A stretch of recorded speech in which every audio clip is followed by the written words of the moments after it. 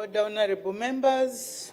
When business was suspended, the House was considering the motion moved by the honorable member for Shangombo that this House adopts the report of the Committee on Transport, Works and Supply on the ratification of the protocol supplementary to the 1970 Convention for the Suppression of Unlawful Seizure of Aircraft, Beijing Protocol 2010, CAB 2665, for the 5th session of the 13th National Assembly, laid on the table of the House on Saturday, 9th May 2026.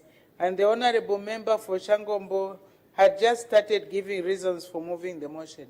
May the honorable member continue.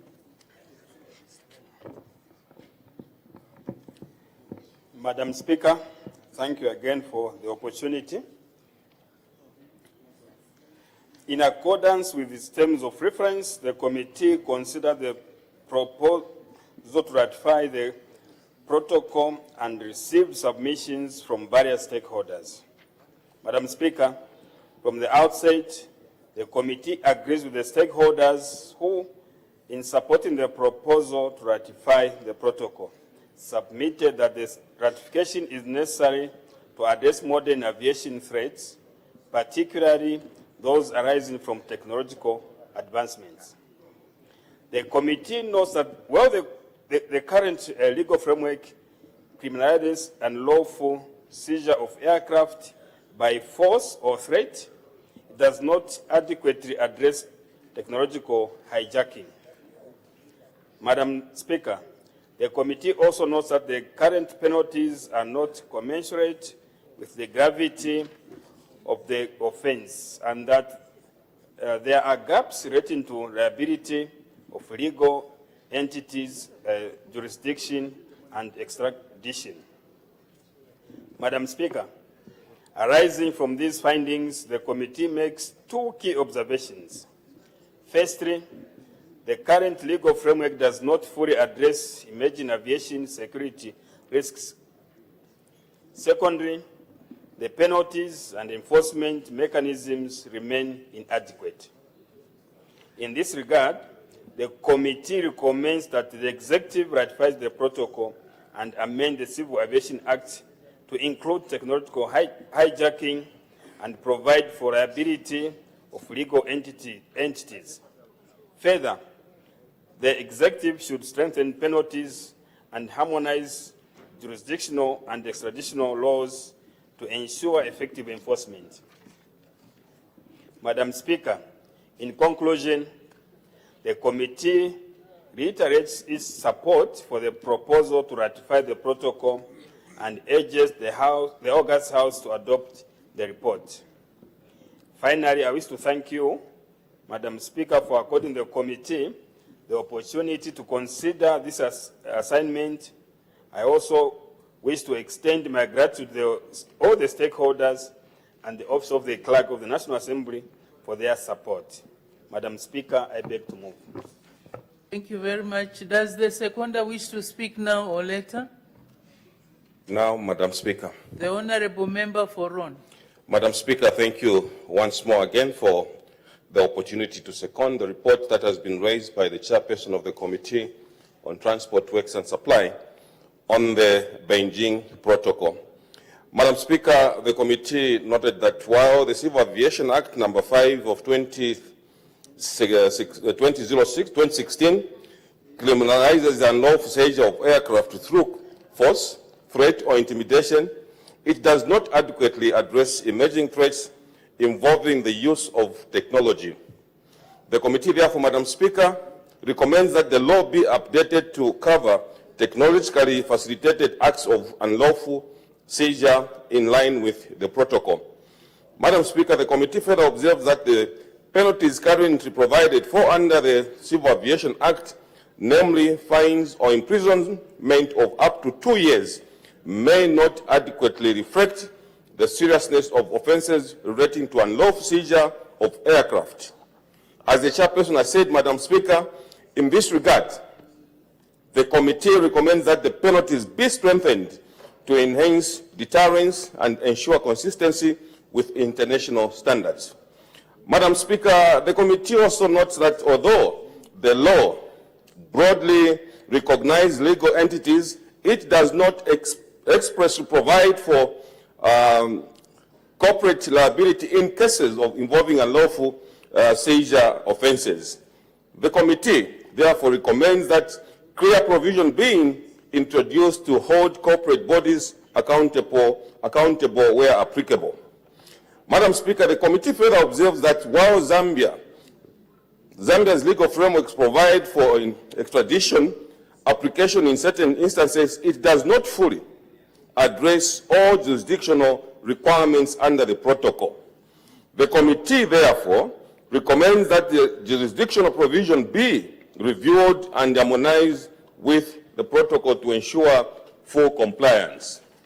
Madam Speaker, the committee additionally noted that matters relating to extradition and mutual legal assistance are not comprehensively addressed under the current framework. The committee therefore recommends that the relevant laws be reviewed to facilitate effective cooperation in the suppression and prosecution of unlawful seizure offenses. In conclusion, Madam Speaker, the committee is satisfied that ratification of the protocol will strengthen Zambia's aviation security framework and enhance the country's compliance with international civil aviation obligations. Madam Speaker, I beg to second. Thank you very much. Any debate, any further debate? I see none. The Honorable Minister of Transport and Logistics to respond.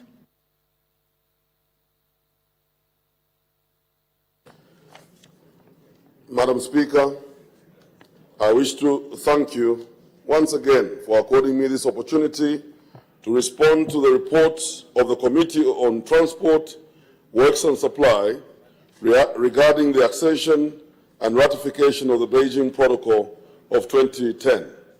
Allow me to express my sincere appreciation to the honorable members of the committee for their detailed scrutiny, constructive recommendations, and support on this important matter. Madam Speaker, the Beijing Protocol of 2010 was adopted to address emerging threats against international civil aviation, including acts involving the unlawful seizure of aircraft and the use of modern technologies for terrorist or criminal purposes. The protocol strengthens international measures aimed at combating unlawful acts against civil aviation by expanding the scope of offenses and reinforcing cooperation among states in the investigation and prosecution of offenders. Ratification of this instrument will therefore enhance Zambia's legal framework and strengthen our capacity to prevent and respond to aviation-related crimes. Madam Speaker, the Ministry has taken note of the Committee's observations and wishes to assure this House that steps are already underway to align domestic legislation with the provisions of the Protocol. Government is also strengthening institutional coordination among the Civil Aviation Authority, security wings, law enforcement agencies, and other stakeholders to ensure effective implementation and enforcement. Capacity building initiatives will further be undertaken to equip relevant institutions with the necessary expertise to respond to evolving aviation security threats. Madam Speaker, importantly, ratification of the Beijing Protocol of 2010 will enhance Zambia's standing within the global aviation community and demonstrate our commitment to international aviation security standards. Madam Speaker, the Ministry has further directed the Civil Aviation Authority to undertake a comprehensive review of all outstanding aviation protocols and conventions requiring ratification to ensure Zambia remains compliant with evolving international obligations. In conclusion, Madam Speaker, the ratification of the Beijing Protocol of 2010 is necessary and timely. It will strengthen aviation security improve international cooperation, and reinforce Zambia's commitment to safeguarding international civil aviation. I, therefore, urge this August House to adopt the report and support the ratification of the Beijing Protocol of 2010. I thank you, Madam Speaker. Thank you very much. The Honorable Member for Shangombo, winding up debate. Thank you very much, Madam Speaker, for the opportunity again. But, Madam Speaker, as you are aware that we are coming to the end of our term of office, the 2021 to 26. With your indulgence, if you can allow me maybe to use this platform to thank the people of Shangombo District, Shangombo constituents, for the support and electing me twice from 2016, 2021, until now. I'm still the MP for Shangombo constituents until Tuesday. Madam Speaker, from delimitation, Shangombo has also been delimitated. Therefore, in joining Honorable Jack Mwimbu and a few here, I'm starting my first term for Shangombo North come August 13, Madam Speaker. And I want to wish all the members of Parliament here who will be adopted to retain their seats. As said by the Honorable Minister of Information, short time around will definitely be more than what has been happening. Madam Speaker, coming to the report, let me thank all the members of Parliament for the support to the motion.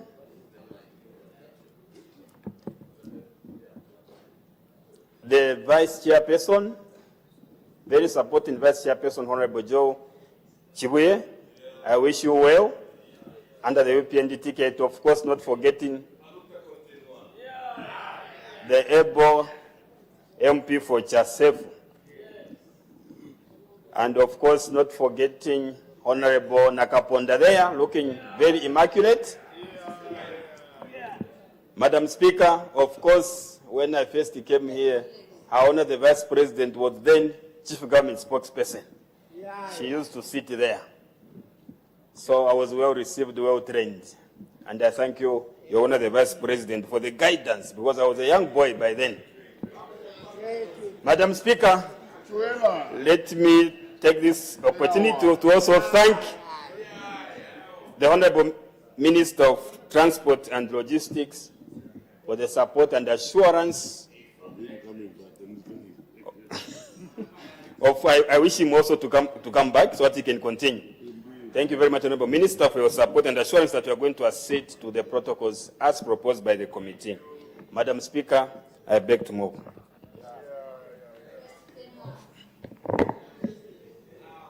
Order. I put the question. The question is that this House adopts the report of the Committee on Transport, Works and Supply on the ratification of the protocol supplementary to the 1970 Convention for the Suppression of Unlawful Seizure of Aircraft, Beijing Protocol 2010, CAB 2665, for the 5th session of the 13th National Assembly, laid on the table of the House on Saturday, 9th May 2026. As many as are of that opinion say aye. Of the contrary say no. The ayes have it. The ayes have it. The question is resolved in the affirmative. Next motion. The Honorable Minister of Finance and National Planning.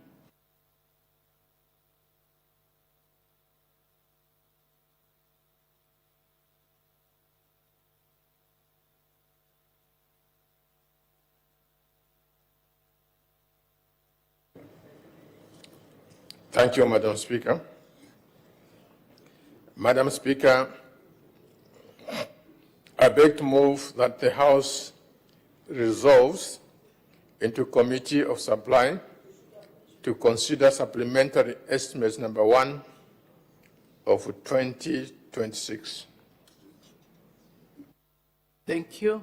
The question is that the House resolves into Committee of Supply to consider Supplementary Estimate number 1 of 2026.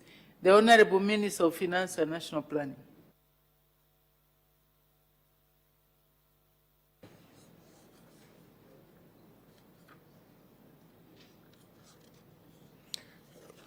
Madam Speaker,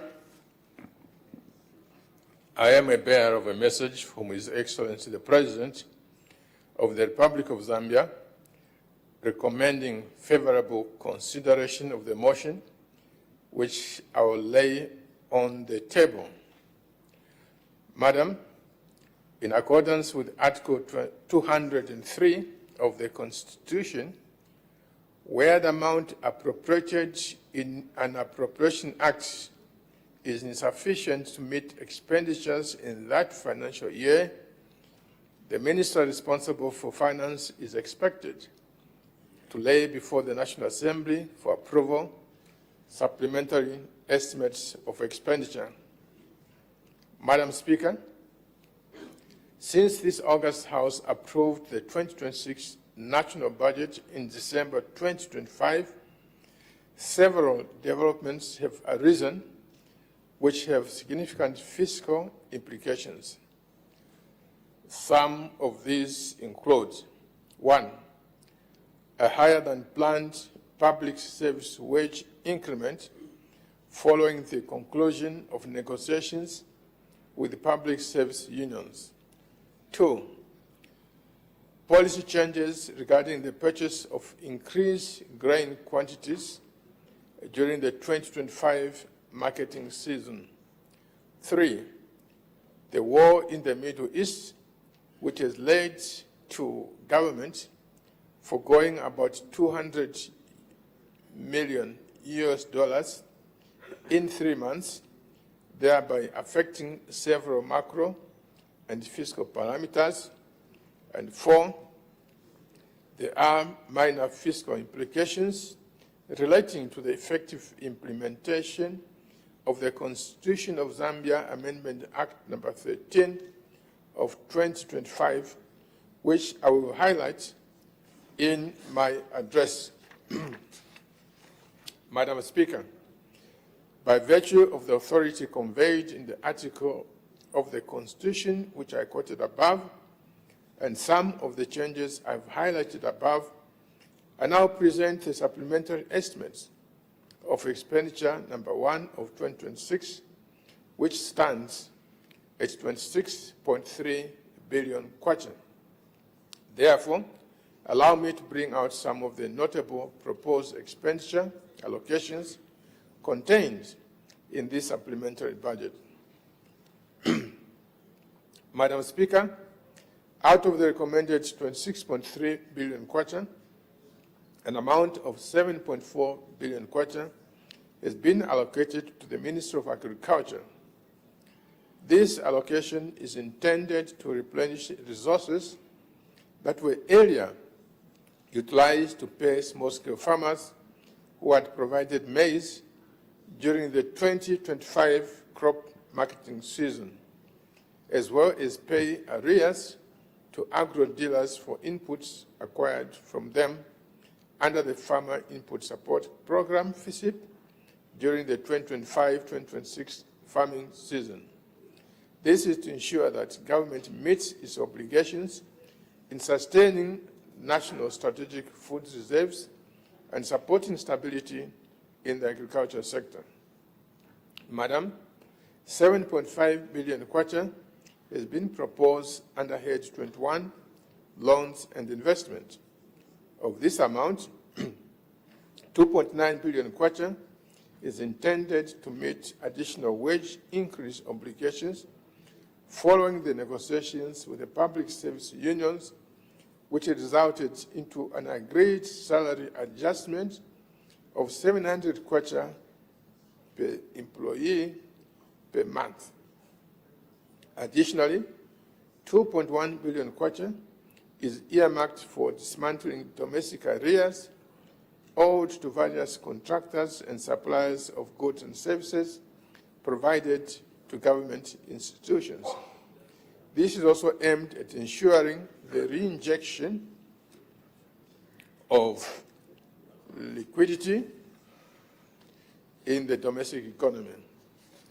A further 390 million kwacha, equivalent to $15 million US, is a disbursement expected from the African Development Bank to commence works on the Lobito corridor, while 610 million has been reserved for the contingent vote to cater for unforeseen and unavoidable expenditures that may arise during the course of the year. Madam Speaker, 1.3 billion kwacha has been allocated to the Ministry of Community Development and Social Services. Of this amount, 955.7 million kwacha is for the social cash transfer, following an increase in the number of beneficiaries, and 350.9 million kwacha under the Food Security Pact to help clear arrears incurred during the accelerated implementation of the program in 2024. That is the year of the drought. Madam, 1.1 billion kwacha has been allocated to the Electoral Commission of Zambia, ECZ. This is expected to cover, among others, the shortfall on the initial budget requirement by the Commission in 2026, the additional costs resulting from increased number of polling stations countrywide, as well as the delimitation and additional election administration work emanating from the Enhanced Constitution of Zambia Amendment Act 13 of 2025, which increased constituencies from 156 to 226, that is the elective constituencies. Madam Speaker, a further 1.1 billion kwacha has been allocated to the Ministry of Mines and Mineral Development.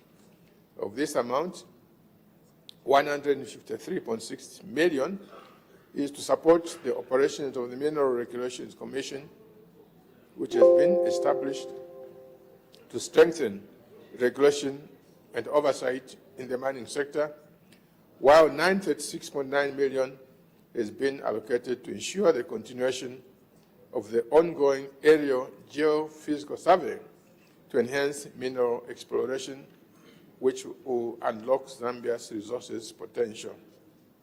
Madam Speaker, 811.9 million kwacha has been allocated under Head 99, Constitutional and Statutory Expenditures, to meet additional external debt service. This is mainly driven by government's continued implementation of the external debt restructuring program, under which Zambia has already secured agreement on the debt treatment covering 94% of the debt within the restructuring perimeter.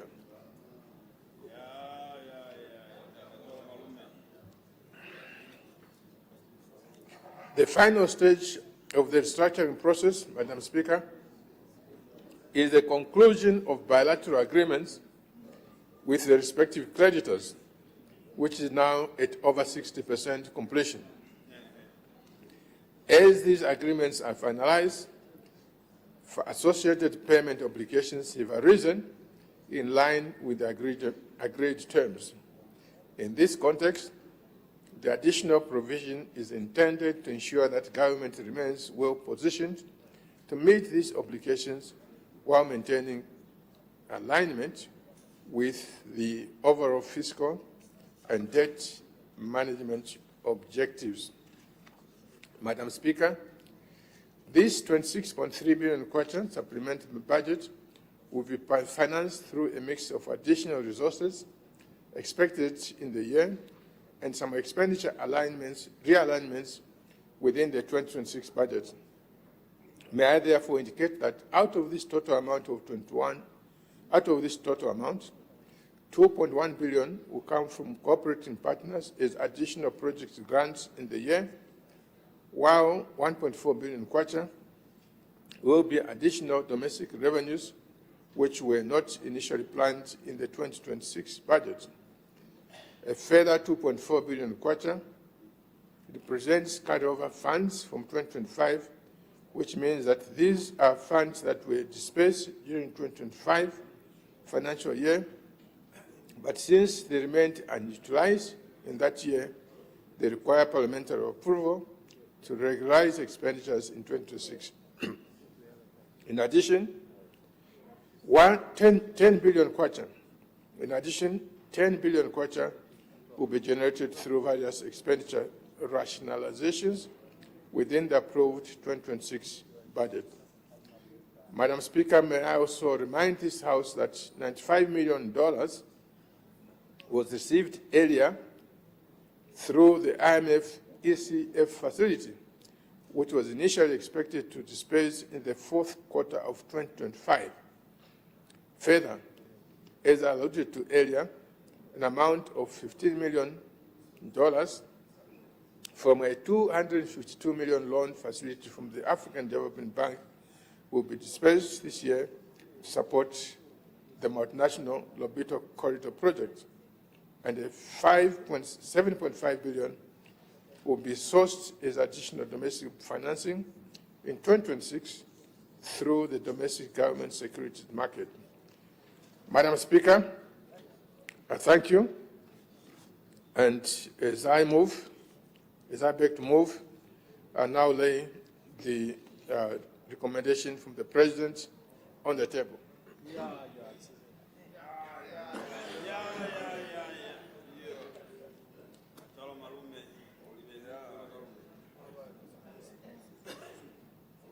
Thank you very much. Any further debate?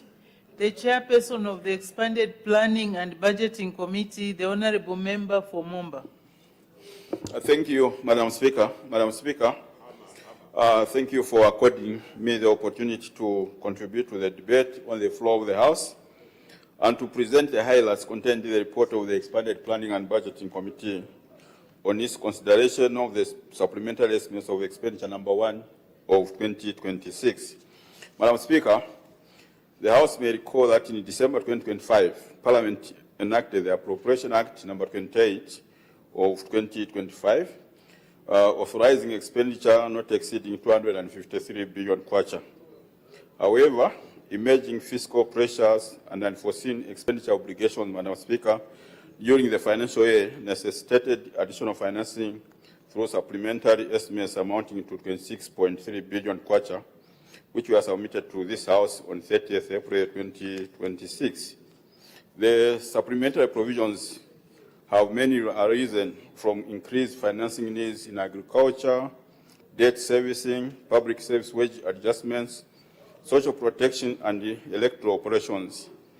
Additional pressures have also resulted from geopolitical tensions in the Middle East, which have affected oil prices and revenue performance, as well as the ongoing debt restructuring process. Madam Speaker, the committee supports the supplementary estimates of expenditure number 1 of 2026, as they represent a necessary fiscal intervention aimed at addressing immediate expenditure pressures while sustaining macroeconomic stability and service delivery. Allow me to highlight a few key issues contained in the report, Madam Speaker. The committee observes that although the Ministry of Finance and National Planning eventually provided information on the implications of the supplementary estimates on output targets during its engagement with the committee, this information, Madam Speaker, was not tabled together with the estimates as required under Section 45, number 3 of the Planning and Budgeting Act number 1 of 2020. The committee therefore urges the Ministry to ensure full compliance with the law in future submissions. Madam Speaker, the committee notes that a substantial portion of the supplementary allocation has been directed towards agriculture, and food interventions, particularly the Farmer Input Support Program and the operations of the Food Reserve Agency. While these measures are critical for safeguarding food security and rural livelihoods, the committee is concerned about the continued accumulation of arrears owed to agro dealers and the financing challenges affecting the Food Reserve Agency. Madam Speaker, the committee further observes that 7.5 billion has been allocated under loans and investments to address pressures related to the wage bill, external debt servicing, domestic arrear dismantling, and recapitalization activities. The committee particularly welcomes the allocation towards domestic arrears clearance, as it is expected to improve liquidity in the private sector. Madam Speaker, the committee also commends the government for prioritizing social protection, particularly the expansion of the social cash transfer program from 1.5 million to 1.6 million households beneficiaries. However, the committee remains concerned about the sustainability of the program given its reliance on borrowing and expenditure adjustments. Madam Speaker, the committee further observes that the financing structure of the supplementary estimates remains heavily reliant on borrowing and expenditure alignments. While the committee appreciates the prevailing fiscal challenges, it is concerned that continued reliance on debt financing may undermine long-term fiscal sustainability. The committee, therefore, Madam Speaker, urges government to strengthen domestic resource mobilization and improve expenditure efficiency. In conclusion, Madam Speaker, the committee reaffirms its support for the supplementary estimates of expenditure number 1 of 2026, as the proposed expenditures are intended to address urgent fiscal obligations and sustain key socio-economic programs amid prevailing economic challenges. Allow me now, Madam Speaker, to thank you. Also thank the Office of the Clerk and all stakeholders who contributed to the committee's deliberations. Madam Speaker, I thank you. Thank you very much. Any further debate? The Honourable Member for Kamfinsa. Thank you, Madam Speaker. Madam Speaker, I don't intend to utilize all the 8 minutes. I just want to acknowledge that one of the institutions that will be funded through this budget is obviously the Minerals Regulation Commission, a very important entity, Madam Speaker. We passed a law in 2024. You do recall, Madam Speaker, that we used to have the Mines and Minerals Development Act, which was split into 2. Now we have the commission, and Madam Speaker, there's no need to create a commission which can't be provided with resources. And obviously hearing from the Minister of Finance that provision has been made to provide resources to this very, very important institution, it sounds exciting, but at the same time, Minister of Finance, you are aware that currently the work that the Commission is going to be doing is done by the Ministry of Mines. The Ministry now will remain with policy issues. We will now have a separate entity called the Commission. Now, there are 2 challenges, Madam Speaker, which I would want the Minister, as you provide resources to this Commission, you need to take note of the following 2 very, very important concerns. The first one, Minister of Finance, you are aware that there are places within Zambia where the actual mining takes place.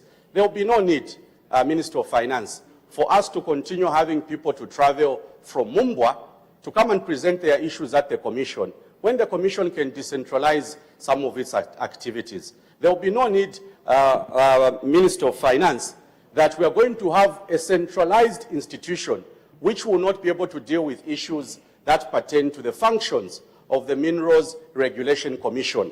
I've been reading some of the functions of the Commission, Minister of Finance. They have powers to even cancel a license. They will have powers to even cancel mining rights. How do they do it from Lusaka if they don't even establish the challenges that people who are doing mining are actually facing in that remote part of Zambia? So my appeal to you, Minister of Finance, I hope as you were allocating the money to the Commission, you took note of what exactly the Commission is supposed to implement. Because here we are today, we are saying the Commission has been funded.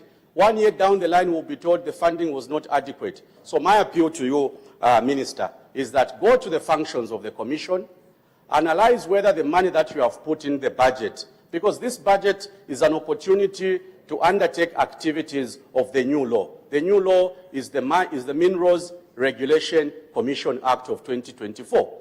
Resources have to be provided. I hope that as you review the funding to this very, very important entity, Minister of Finance, through you, Madam Speaker, that we have put enough resources. The Commission has too much authority, and if we don't give it the resources that it needs, we'll come back, Madam Speaker, saying we did not provide enough resources. Minister, for me, I do not have any comment on the other list of things that you want us to provide you with resources on, but can we pay attention to the Commission? This is the body that Zambian citizens will be applying to. You have found minerals in one piece of area, whether it's Mapatizia, you want a license, it has to be the Commission. You find minerals in Mumbwa, you find minerals in Chifunabuli, Minister of Finance, you have to apply to the Commission. So if we don't resource the Commission correctly, Minister of Finance, we'll come back saying the Commission is not achieving its objective. Madam Speaker, for the simple reason that the Commission has been included, I support the budget estimates. I thank you. Thank you very much. There is another indication. The Honorable Member for Nkana. Madam Speaker, like my friend Christopher here, I did not have there are no friends, Honorable sorry, like Member in the House. Honorable, like the Honorable Member for Kamthins, Honorable Christopher Kangombe, I also do not intend to take up the entire 8 minutes. I have been prompted to make a comment arising from the provision that has been made in this supplementary budget by the Minister of Finance, namely that part of the supplementary budget will go towards addressing the food security pack, gap. Now, the reason, Madam Speaker, I have stood up to speak to this issue is, Honorable Minister, just the other day, we were interrogating the audit report for the year 2024, in which report a revelation was made that out of a contract or a total sum contract of 1.4 billion kwacha given to about 34 companies to supply the different components of the food security pack for the year 2024, a total of over 900 million kwacha went out as advance payments, and most of those contractors could not even show up as at the close of the financial year 2025, meaning that the entire period of 2024, companies that were contracted, given advance payments out of the appropriated resources, did not show up. Here, we are now providing for extra resources towards this very important program that complements the FISI program under the Ministry of Agriculture. If, Madam Speaker, we are going to allow such huge resources, 900 million kwacha being given, because, Madam Speaker, like I said when we were having this conversation, clearly from the audit report of 2024, there is a serious syndicate where companies are being given down payments and they are not performing, and interestingly, there are no mechanism to go and ensure that these ailing companies or companies that have been caught up in this web don't end up paying back these advance payments. So I am troubled now that we are providing extra resources under a supplementary budget towards a program, very good program of government to support farmers in the communities who would want to engage in farming activities. Yet, just the other day, we were being told over 900 million kwacha has actually been spent towards the same program to companies who have failed to pay. So I am reluctant to support such endeavors, Madam Speaker, if on the other hand, we are facilitating for embezzlement of public fund. On the other hand, we are now sitting to provide extra resources, which in my view may end up in the wrong companies, as was being reviewed by the audit report of 2024. So, Honorable Minister, unfortunately, I would have supported you, but just for that issue, I will not support this proposal you are making this August House, because first we must harness those resources. Those companies that were found wanting, interestingly, they are companies, like I said, that were linked to some of our friends, companies that are known. So we must start first of all by harnessing those resources. Honorable Member Fonkan, I know we have a right to debate, but let's be relevant. And the audit report, we were discussing it the other day. You mentioned those issues. You are mentioning them here again. You've mentioned them on social media. We keep on repeating ourselves. Let's stick to the report. There's a report here. There are specifics that we need to look at. I am sorry, Madam Speaker, but you see, these for me are troubling issues. We are asking to supplement resources. On the other hand, resources are going out without mechanism to go and claim those resources back. Because if we had claimed the 900 million kwacha, there's no way we would have been sitting to even consider, placing extra resources towards the same program. I am not going to go further, but Madam Speaker, I think this issue must really be addressed. There's no way government, year in, year out, should be entertained to such audit report, and on the other hand, we are sitting here to provide more resources so that other people can continue embezzling public funds. Otherwise, I don't have anything to say other than to say to the Minister that I am not going to support this request you are making. Thank you, Madam Speaker. Point of order. There is an indication for a point of order. Honorable Minister of Agriculture, what's the point of order? Thank you, Madam Speaker. Madam Speaker, our standing orders 2024, item 71, in terms of making sure that the information provided is factual and verifiable. Madam Speaker, is the honorable member in order to assume that he was discussing the agricultural sector, that there is 900 million unpaid in the sector? Is he in order, Madam Speaker? Because the government now does not buy fertilizer. The government gives vouchers. So where is that debt coming from, Madam Speaker? Thank you very much, Honorable Minister. I had actually guided the Honorable Member that let's be relevant, because when you bring numbers that are not before us, you lose us. And I was saying that the Honorable Member has repeated himself. He was on the floor of this House. He has a headline in some tabloid about some monies being. So we keep on repeating ourselves. It's not helping. So the Honorable Member from Kana was out of order. Let's make progress. Any other debate? I see none. The Honorable Minister of Finance and National Planning to wind up debate. Thank you very much, Madam Speaker. I wish to thank the House for the support. Regarding the issue that has just been mentioned, I will need to refresh my memory, but you can be assured that if what you are alleging is true, then the long arm of the law, slow as it might be, is going to catch up with those responsible. Madam Speaker, I want to thank you.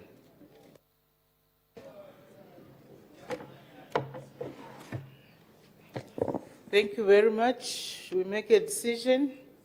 I put the question. The question is that the House resolves into Committee of Supply to consider supplementary estimates number 1 of 2026. As many as are of that opinion say aye. Of the contrary, say no. No. The ayes have it. The ayes have it. The question is resolved in the affirmative. The House will resolve into Committee of Supply tomorrow, Monday, 11th May 2026. The clerk will now read the orders of the day. The Flying Doctor Service Amendment Bill, National Assembly Bill number 47 of 2026, second reading. The Honorable Acting Minister, Honorable Minister of Health.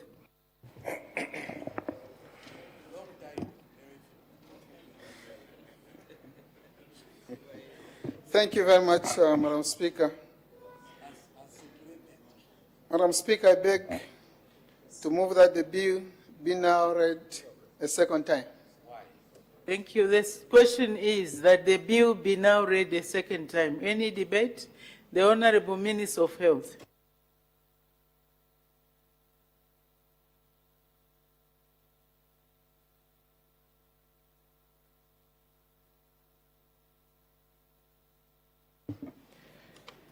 Madam Speaker, may I begin by thanking you for according me this opportunity to present this statement as a prelude to the second reading of Flying Doctor Service Amendment Bill, National Assembly Bill number 47 of 2026 before this House. Madam Speaker, the Flying Doctor Service Act, Chapter 298 of the laws of Zambia establishes the Zambia Flying Doctor Service as a statutory body under the Ministry of Health to provide life-saving aeromedical services to communities in the remote parts of Zambia by air and road network. The government, through the Flying Doctor Service Amendment Bill, National Assembly Bill number 47 of 2026, proposes to amend the Principal Act to revise, among other things, the composition of the board and related governance provision. Specifically, Clause 3, repeal and replace the Section 5 composition of the board. The provision seeks to amend Section 5 of the Principal Act by repealing and replacing it with a provision that revises the composition of the board and introduces a nomination process for members from different ministries. Clause 5, proceedings of board. The clause provides for board procedures and operations, including meeting frequency, quorum requirements, decision-making processes, notice for meetings, and regulation of its own proceedings. Clause 7, insertion of Section 7B, Director General and other directors of service. Madam Speaker, this provision introduces Section 7B, which grants the board authority to appoint the Director General or Chief Executive Officer. It further mandates the board to appoint other directors upon the recommendation of the Director General. The provision also outlines that the functions of the Director General shall be as stipulated in the employment contract, guided by directives of the board and exercised within the confines of the Act.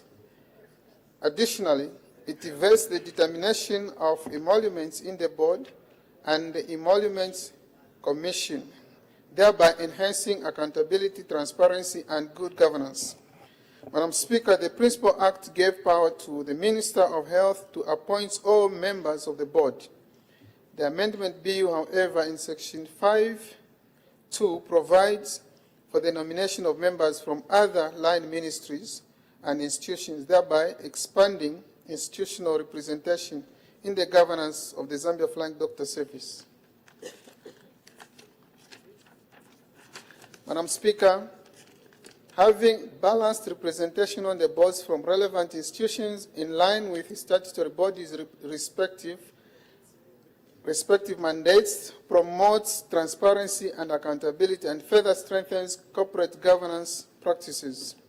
Madam Speaker, the Flying Doctor Service plays a critical role in the delivery of emergency and specialized health care services across the country, particularly in hard-to-reach and underserved areas. The service operates through air ambulance evacuations, emergency medical response missions, inter-hospital patient transfers, delivery of medical personnel and supplies, outreach specialist clinics, and rapid response during disease outbreaks and disasters. In many rural communities where road infrastructure is poor or inaccessible, the service provides the only reliable means of accessing urgent medical attention and advanced treatment. Its air-based operations significantly reduce response times, improve survival outcomes, and promote equitable access to quality health care for all citizens, regardless of location. It is therefore imperative that the governance structure and operational system of the service are properly aligned to its mandate in order to strengthen efficiency, accountability, coordination, and effective service delivery. Madam Speaker, government has received valuable submissions and recommendations of the committee and stakeholders, and I wish to ensure the House that these have been noted and adopted. As I conclude, allow me, Madam Speaker, to sincerely thank the Committee on Health, Community Development and Social Services, honorable members of Parliament, and all other stakeholders who have contributed to the development and refinement of this bill. I therefore urge all members of Parliament to support this bill. Madam Speaker, I thank you. Thank you very much. Any further debate? The chairperson of the Committee on Health, Community Development and Social Services, the honorable member for Mbavala. Thank you so much, Madam Speaker, and thank you, Honorable Minister, for even those very important amendments. Madam Speaker, the objective of the Flying Doctor Service Amendment Bill number 47 of 2026 is to strengthen governance and operational efficiency of the Zambia Flying Doctor Service through revision of the composition of the board and related provisions. The committee notes that both the Principal Act and the bill provide for 9-member boards. However, the bill introduces a more structured and prescribed composition. While this reform enhances transparency and predictability, the committee observes that the proposed allocation of 5 members to the private sector risks undermining the public health orientation of the service. Madam Speaker, stakeholders caution that such an imbalance may shift governance priorities towards commercial considerations, contrary to the services mandated of delivering equitable medical care. Madam Speaker, the committee further observes gaps in representation, particularly the exclusion of key institutions such as the Zambia Airports Corporation Limited and the Ministry responsible for social services, as well as inadequate clinical and aviation expertise at the governance level. The committee is of the view that the absence of these institutions may limit effective policy consideration.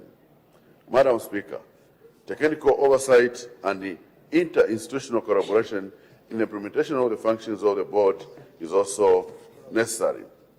Madam Speaker, the committee also notes that the nomination framework provided for in the bill is insufficiently defined and may allow for the appointment of junior or otherwise unsuitably qualified persons to the board.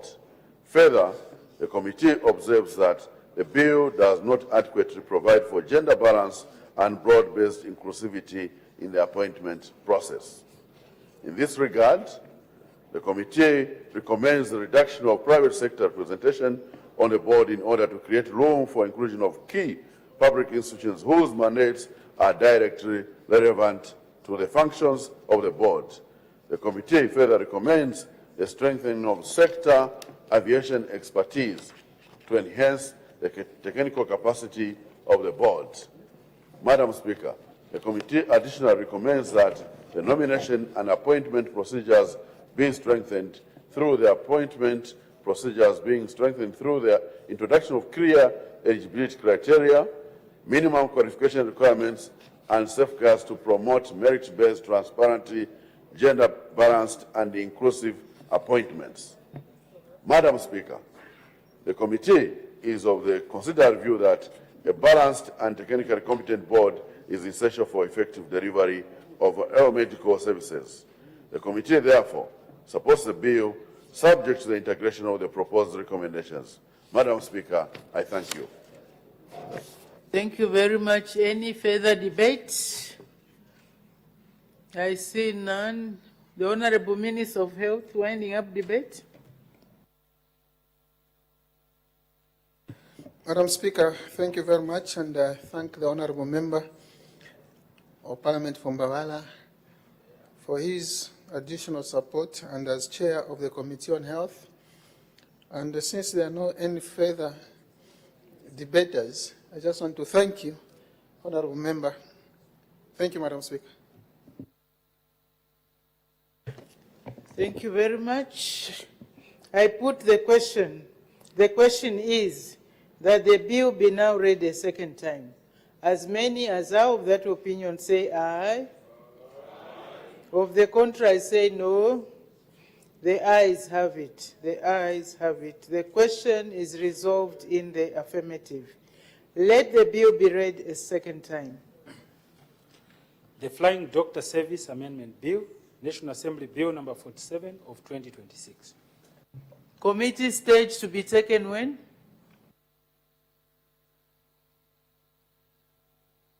In due course, Madam Speaker. Committee stage to be taken in due course. Next order. The Zambia Medicines and Medical Supplies Agency Bill, National Assembly Bill number 48 of 2026, second reading. The Honorable Minister of Health. Thank you very much, Madam Speaker. Madam Speaker, I beg to move that the bill be now read a second time. The question is that the bill be now read a second time. Any debate? The Honorable Minister of Health.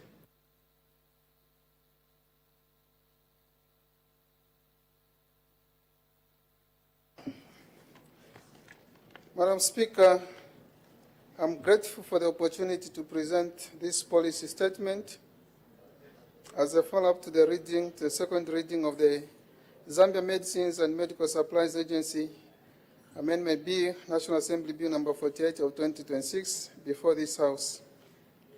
Madam Speaker, the Zambia Medicines and Medical Supplies Agency Act number 9 of 2019 established the Zambia Medicines and Medical Supplies Agency, ZAMSA, as a statutory body mandated to procure, store, and distribute medicines and medical supplies. The government, through ZAMSA, now proposes to amend the Principal Act to strengthen governance and oversight by revising, among other provisions, the composition of the board. This is also part of the ongoing broader reforms at ZAMSA. Specifically, Madam Speaker, the bill proposes to expand the board from 7 to 9 members. As earlier stated, ZAMSA is a critical institution entrusted with a sole mandate to procure, store, and distribute medicines and medical supplies. Therefore, government's goal is guaranteed access to essential medicines, which is guided by the principle of commodity security, defined as the ability of clients or end users to obtain and use health commodities when and where they need them. Madam Speaker, in pursuit of government's objective of guaranteeing commodity security for the nation, it is imperative to strengthen the governance framework of ZAMSA. The inclusion of institutions with expertise in procurement, logistics, transport, commerce, and supply chain management will ensure that the agency's governance structure reflects its evolving mandate as a national authority for the procurement and distribution of medicines and medical supplies. Madam Speaker, the government has carefully considered and adopted the valuable submissions and recommendations from the committee and other stakeholders. These contributions have greatly enriched the refinement of this bill. In conclusion, allow me, Madam Speaker, to sincerely thank the Committee on Health, Community Development and Social Services, honorable members of Parliament, and all stakeholders who have contributed to the development of this legislation. I therefore urge all members to lend their full support to this bill. Madam Speaker, I thank you. Thank you very much. Any further debate? The chairperson of the Committee on Health, Community Development and Social Services, the Honorable Member for Mbawala. Thank you, Madam Speaker. Madam Speaker, the objective of the Zambia Medicines and Medical Supplies Agency Amendment Bill number 48 of 2026 is to strengthen governance of the Zambia Medicines and Medical Supplies Agency through revision of the composition of the board. The committee notes that the Principal Act provides for a 7-member board, while the bill proposes an expanded 9-member structure. Madam Speaker, while the expansion enhances representation in procurement, logistics, and supply chain management, the committee observes that the exclusion of pharmaceutical expertise undermines the technical integrity of the board.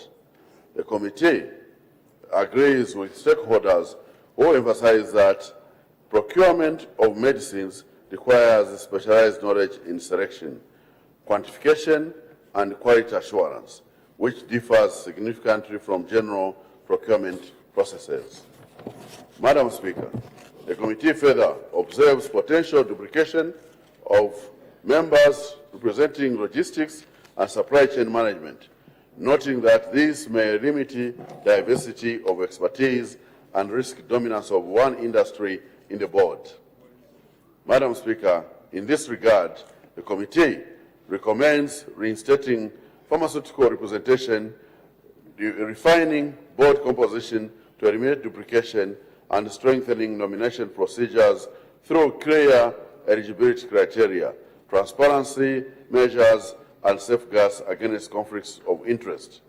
Madam Speaker, the committee is of the considered view that a technically sound and balanced board is essential for ensuring efficient procurement, reducing stockouts, and safeguarding public health outcomes. Madam Speaker, the committee therefore supports the bill subject to the integration of the proposed recommendations. Madam Speaker, I thank you. Thank you. Any further debate? The Honorable Member for Nkana.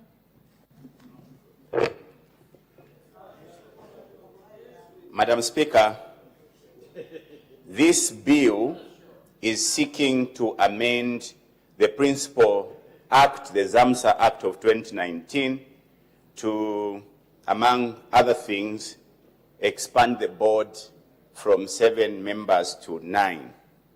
I want to start by agreeing with the committee that there's no way you can exclude the expertise of a pharmacist in the board of ZAMSA.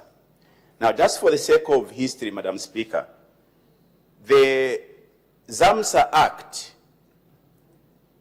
brought together the 3 functions around the management of medical supplies. Previously, the Ministry of Health would procure the drugs. When the drugs are procured, they'll be sent to the medical stores that used to do the warehousing and later on distribution. This act brought together these 3 functions, and ZAMSA is now mandated to manage these drugs, procure, store, and distribute. The ZAMSA Act established the ZAMSA board, which now is subject of this amendment. Now, Madam Speaker, this amendment, we are told, is part of the broader reforms that are aimed at strengthening institutional governance as well as oversight by promoting, among many other things, accountability, transparency, operational efficiency, and long-term sustainability. Madam Speaker, you wish to know, there has been so many issues at ZAMSA, starting with the challenges of the board. Last year, for a long time, we saw a board being put in place somewhere, I think, in November. Now, the absence of the board had made the situation at ZAMSA very worse, because almost, in fact, all the senior managers at ZAMSA were on contracts and not on permanent. And you know, Madam Speaker, when people are employed on contractual, or rather on contractual basis, they fail to make, or in fact, let me just say, acting positions. All these senior managers at ZAMSA, up to now, Madam Speaker, starting from the DG, are on acting basis. And we all do understand that when you are in acting capacity, you are restricted in the decision that you make. As an example, Madam Speaker, there is an outcry around all the medical hubs, from the headquarters to all the regional hubs. There are over 200 employees that have not yet been employed because the management at ZAMSA have failed to effect the employment because of the board that was absent. Interestingly, even when the board was constituted last year, this is over almost 5 months down the line, they've still not been able to undertake this assignment of employment, the critical, employees that should help, ZAMSA function efficiently. Secondly, one would wonder, 5 months down the line since the board was constituted, was put in place, still we do not have permanency in terms of the senior managers that are at ZAMSA. We have spoken so many things around, so many issues, so many times around the challenges at ZAMSA. The challenges starts from that end, and we must understand it from that end. Madam Speaker, you wish to know, there are, as we speak, over 12 senior managers at ZAMSA who are serving suspensions, most of whom are drawing salaries at full scale. So these problems we see, the unavailability of drugs, shortages of drugs, are as a result of these operational issues that are at ZAMSA. When we speak to issues of transparency and accountability, Madam Speaker, these for me relates to, Madam Speaker. Sorry, Honorable Member Fonkan. I know it's good to debate. Can I just give guidance? It's good to debate, bring out issues, but we should be relevant. What we are discussing now is revise the composition of the board of Zambia Medicines and Medical Supplies Agency. Yes. The report of the committee is there. Yes. So let's not over-expand and start bringing issues that were not considered by the committee. Stick to the report, Honorable Member. Madam Speaker, clearly from the report, the motivation behind this change, this amendment, is to, among other things, strengthen institutional governance and oversight. Here, Madam Speaker, I'm speaking to the problems here that are being, this move, intends to cure. If we don't understand this, we will not be able to attain what is being sought in this amendment, if, strengthening institutional governance as well as the oversight. Madam Speaker, in the spirit of corporate governance, it has been said that even in the presence of the board, for as long as there will not be, or we will not stop interference in the management of this board and subsequently the agency, these problems will not end. I don't see, Madam Speaker, how, when there is a board, the ministry could make or could suspend officers at the agency. Just not long ago, I think 3 weeks, if not so, the minister was announcing suspensions of certain officers at the agency. How does the minister suspend officers when there is a board? Order, Honorable Member Fonkana, just to help me follow the debate, can you show me the page that you are discussing? On what page are you discussing? I know you are talking about the board being effective, but the issues that you are bringing out, the details of the non-employment, non-functioning of the board, on which page are you talking? Are you debating on? Madam Speaker, I have inferred things to support these things that is being... Look, Madam Speaker, the board is there for governance.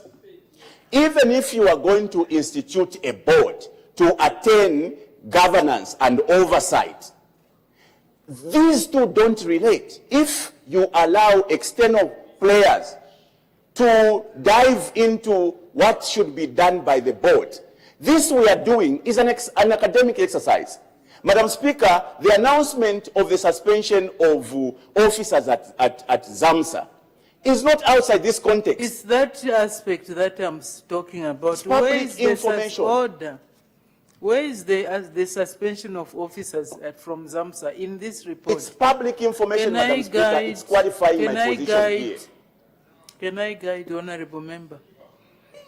The best that you could have done, Honorable Member, when the committee was debating, was considering this amendment, you should have gone to the committee to make representations. Then it would have formed the part and parcel of the report. Right now, there is no information concerning who was fired and for what reason, for how long they've been getting a salary without working. So, all of us have got no information. The information is only known to you. And as you know, this is a house of facts. We have to use a debate using facts which are verifiable. So when you debate outside the report, you are losing all of us. We can't depend on information in public domain. It's not here, it's not before the House. So please follow the report.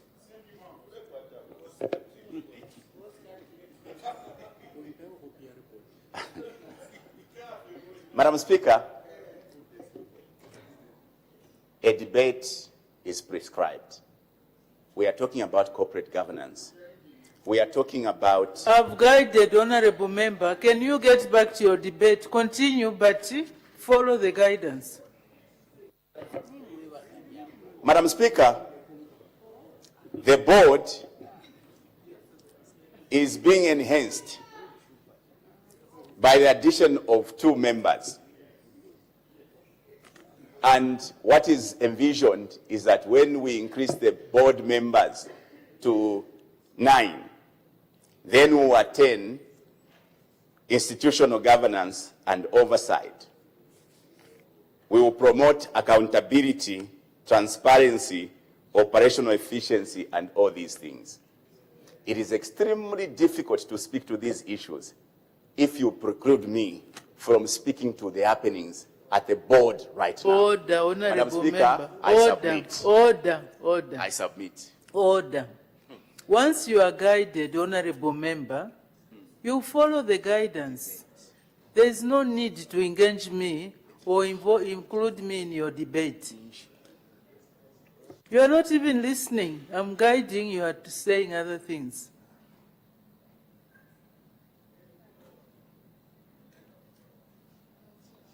The Honorable Member for Kamfinza.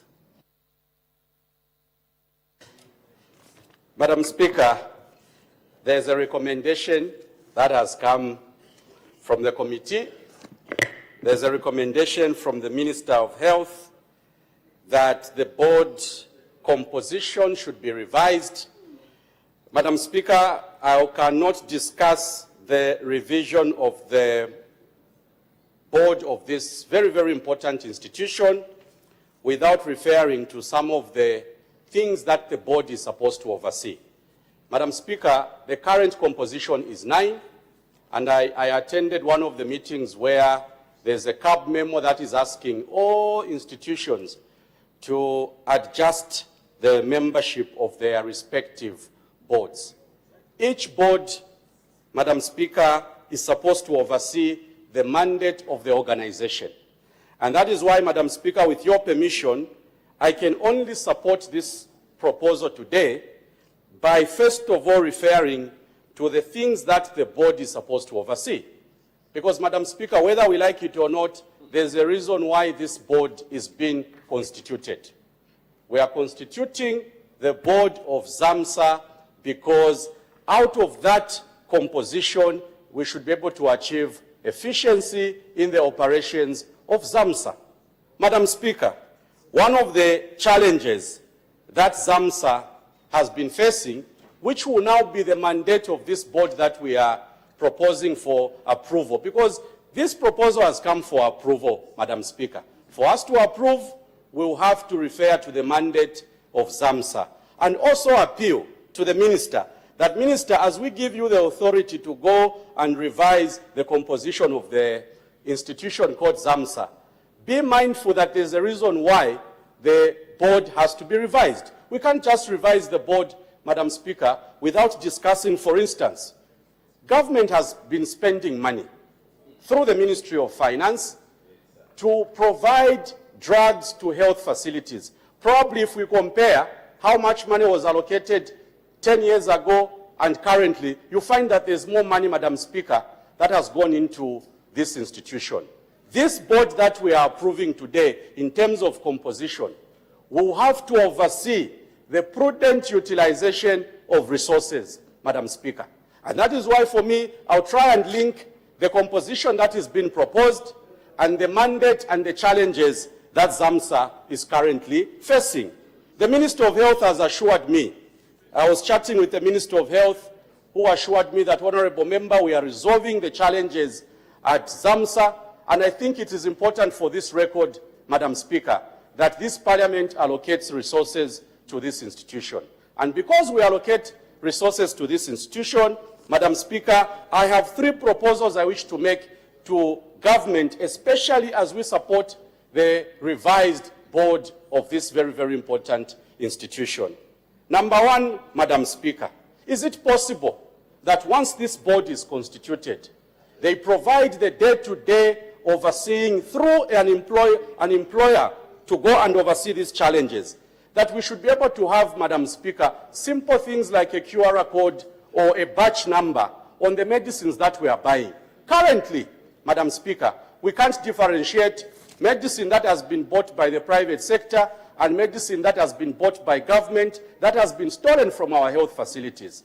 This board has to go and oversee that this issue is sorted out. Either we adopt a QR code on the medicines, Madam Speaker, or we provide batch numbers. This is a batch of medicines bought by Ministry of Health. Here's a batch of medicine bought by the private sector. It is the board that Honorable Katakwe is asking us to revise today that is going to oversee this mandate, Madam Speaker. Are we asking for something complicated? I don't think that this is a complicated undertaking. Minister of Health, you are aware that currently we have had challenges in some health facilities where we don't know the stock levels of the medicines that we have. I've got, I don't know, about 5, 6, 7 health facilities in my constituency, Madam Speaker. I walk into that health facility, they don't know the stock levels because the system is not integrated. The national office, Madam Speaker, for ZAMSA should be able to just punch in and know that in Chama North, there's a shortage of medicines, and immediately the system should procure. Why am I raising this matter, Madam Speaker? It's because today we want to give the Minister of Health the mandate to revise the board. We can't just give them the mandate, Madam Speaker, without reminding government that this board will have to undertake the following activities. Let us find systems, Madam Speaker, systems that will make sure that whatever resources we are giving this very, very important institution is able to ensure that everything goes as planned. Lastly, Madam Speaker, my appeal to the Minister of Health, can you digitalize the procurement of drugs? Can you digitalize the inventory checks in terms of health drugs? Can you ensure that without the interaction of human beings, Madam Speaker, the system should protect us? Minister, we support your request, but we hope that when it comes to review, Madam Speaker, under this Parliament, we have a committee that oversees legislation after it is enacted. It is called Post-Legislation Mandate, where you, after you implement the law, you now want to test the law. You want to review whether the law is giving you the outcomes that you want. Minister, after this law has been implemented, we hope the team that you are going to constitute will be able to adhere to some of these requests that we are making. Madam Speaker, as I conclude, there is no need to provide ample and sufficient resources to an institution called ZAMSA if they can't step up in terms of their performance. How do they step up in terms of their performance, Madam Speaker? Let's just put systems in place. Systems will resolve all these problems. we digitalize the systems, there will be no need to be asking ourselves, do we have a shortage of drugs in Mumbwa? Do we have a shortage of drugs in Zambezi East? The system you punch in, that will be sufficient. Madam Speaker, we support the request with those particular requests that we are making. Madam Speaker, the people of Kamfinsa have submitted, and I thank you once again. Thank you very much. Honorable members, by way of guidance, as we debate, let's not go at sea to debate so many issues that are not part and parcel of the report. If you are giving an example or a justification, give in brief, in summary, but concentrate on the report. Otherwise, we'll all be at sea.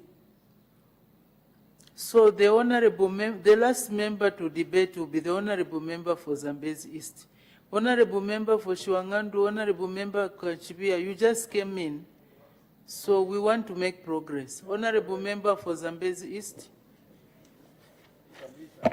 Madam Speaker, thank you very much for the opportunity, and I promised to stick to the contents of the report of your Committee on Health, which report speaks to the National Assembly Bill number 48 of 2026. The bill seeks to amend the Principal Act, which is the ZAMSA Act number 9 of 2019. Madam Speaker, I will focus my debate on the spirit of this amendment. The spirit of this amendment is around enhancing corporate governance, which is a key issue in every institutional management. Every organization that intends to perform effectively need to be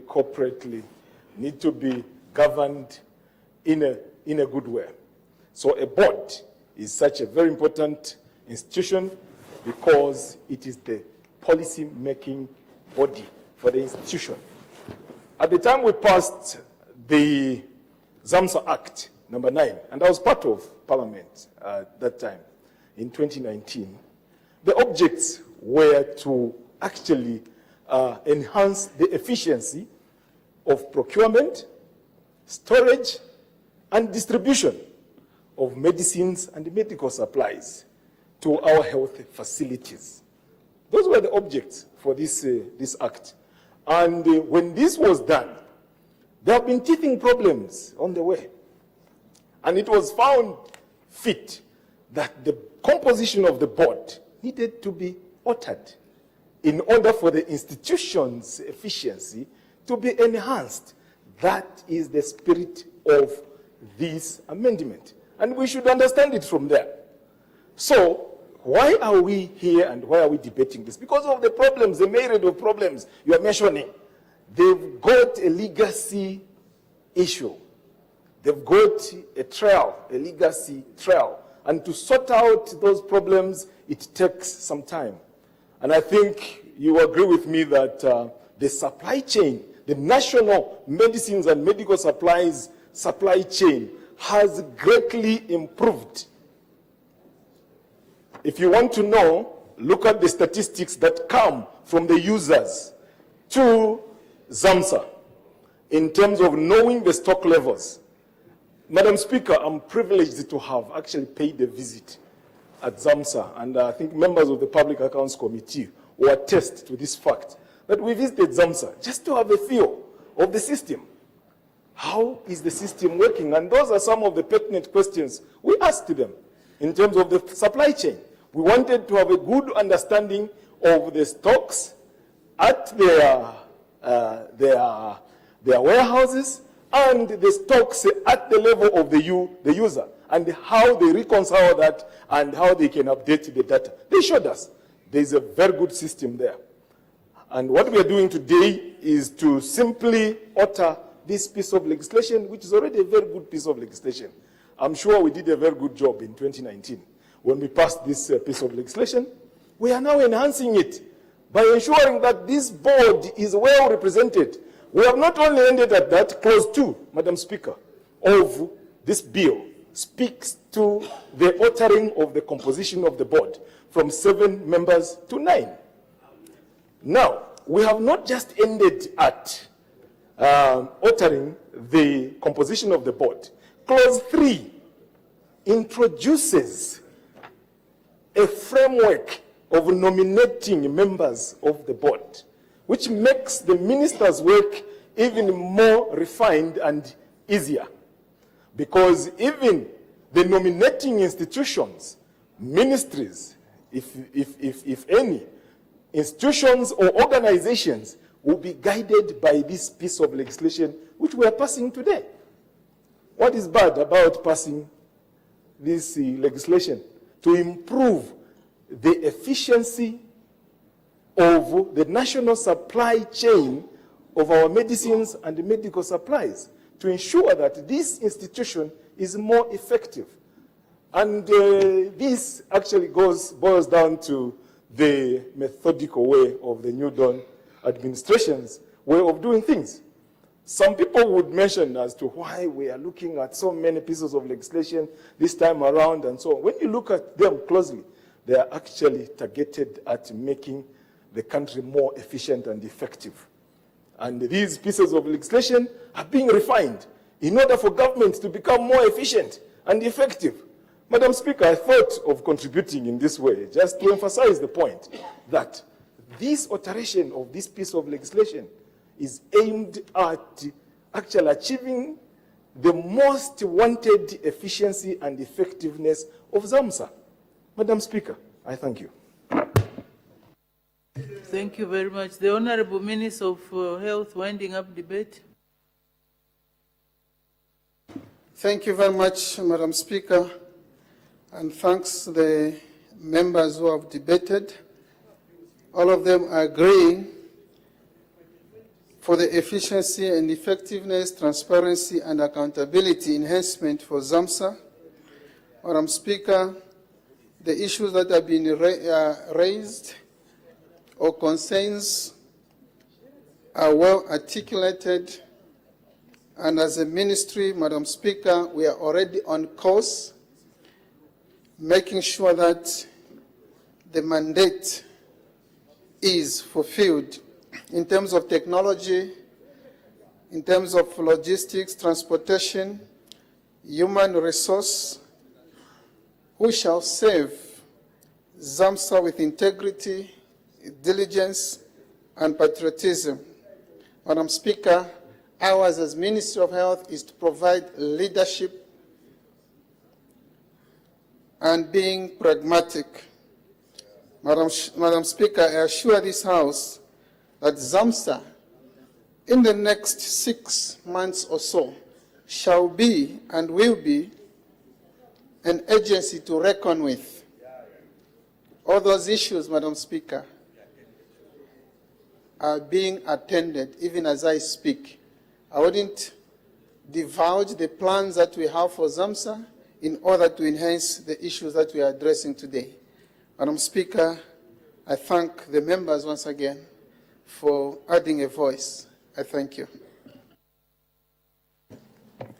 Thank you very much. I put the question. The question is that the bill be now read a second time. As many as are of that opinion say aye. Aye. Of the contrary say no. The ayes have it. The ayes have it. The question is resolved in the affirmative. Let the bill be read a second time. The Zambia Medicines and Medical Supplies Agency Amendment Bill, National Assembly Bill number 48 of 2026. Committee stage to be taken when? In due course, Madam Speaker. Committee stage to be taken in due course. Next order. The Zambia National Public Health Institute Amendment Bill, National Assembly Bill number 50 of 2026. Second reading. The Honorable Minister of Health. Madam Speaker, I beg to move that the bill be now read a second time. The question is that the bill be now read a second time. Any debate? The Honorable Minister of Health.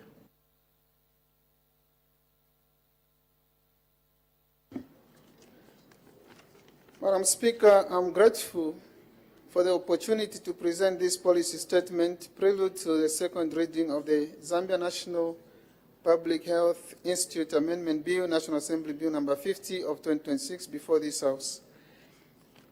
The Zambia National Public Health Act number 19 of 2020 establishes the Zambia National Public Health Institute, ZNPHI, as the statutory body mandated to provide leadership and coordination in public health security and disease prevention. The government, through the Zambia National Public Health Institute Amendment Bill, National Assembly Bill number 50 of 2026, proposes to amend the Principal Act to revise, among other things, the composition of the board and related governance provisions. Madam Speaker, specifically, the proposed amendments seek to broaden the composition of the board by increasing membership from 10 to 11 and introducing representation from civil society, private sector, and academia. Madam Speaker, it is proven that National Public Health Institute, ZNPHI, are central to national health security. Strong health systems depend on well-established public health institutions. The National Public Health Institute safeguards population well-being by maintaining surveillance and disease intelligence systems that detect risks early, implement prevention and mitigation measures, and coordinate evidence-based responses. Madam Speaker, in our country, the ZNPHI is the specialized technical institution mandated to lead in safeguarding Zambia's health security through surveillance and disease intelligence system, emergency preparedness and response capabilities, specialized laboratory systems and networks, health information management systems, health security workforce development, and generation of scientific evidence through research. Given the complexity and evolving nature of public health threats, spanning human, animal, food, and environmental systems, it became necessary to adjust the board's composition to ensure proper alignment. Madam Speaker, the government has carefully considered and adopted the valuable submissions and recommendations from the committee and other stakeholders. These contributions have greatly enriched the refinement of this bill. In conclusion, allow me, Madam Speaker, to sincerely thank the Committee on Health, Community Development and Social Services and key stakeholders who have contributed to the development of this legislation. I therefore urge all honorable members to fully support this bill. Madam Speaker, I thank you. Thank you very much. Any further debate? The chairperson of the Committee on Health, Community Development and Social Services, the honorable member from Mbawala. Thank you, Madam Speaker. Madam Speaker, the Zambia National Public Health Institute Amendment Bill number 50 of 2026 seeks to revise the composition of the board to enhance multi-sectoral governance. The committee notes that the Principal Act provides for a 10-member board, while the bill proposes an expanded 11-member board. The committee, Madam Speaker, observes that while the expansion is progressive, the removal of the ministry responsible for agriculture undermines the One Health approach, critical for addressing infectious diseases transmitted from animals to humans and antimicrobial resistance related diseases. Further, the absence of medicines regulatory and digital health expertise weakens surveillance systems and emergency response capacity. Madam Speaker, the committee also notes that while increasing quorum enhances governance, rigid provisions may delay urgent decision-making during public health emergencies. In this regard, Madam Speaker, the committee recommends reinstating representation from the ministry responsible for agriculture, medicines regulatory expertise, and incorporating digital health expertise. Further, The committee urges the executive to amend the bill by introducing emergency quorum provisions to ensure flexibility in terms of public health emergencies. Madam Speaker, the committee is of the view that a technically robust and well-coordinated board is essential for safeguarding national public health security.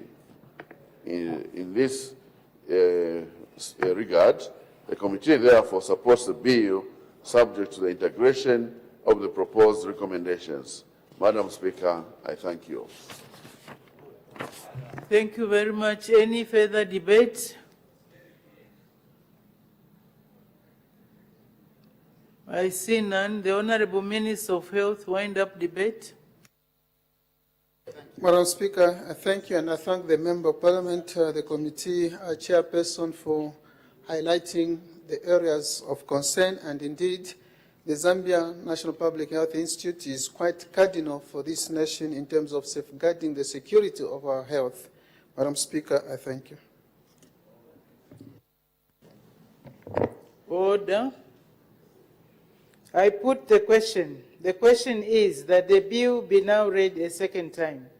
As many as are of that opinion say aye. Aye. Of the contrary say no. How can you vote when you are walking all over? The question is resolved in the affirmative. Let the bill be read a second time. The Zambia National Public Health Institute Amendment Bill, National Assembly Bill number 50 of 2026. Committee stage to be taken when? In due course, Madam Speaker. Committee stage to be taken in due course. Next order. The Medicines and Allied Substances Amendment Bill, National Assembly Bill number 51 of 2026, second reading. The Honorable Minister of Health. Madam Speaker, I beg to move that the bill be now read a second time. Thank you. The question is that the bill be now read a second time. Any debate? The Honorable Minister of Health.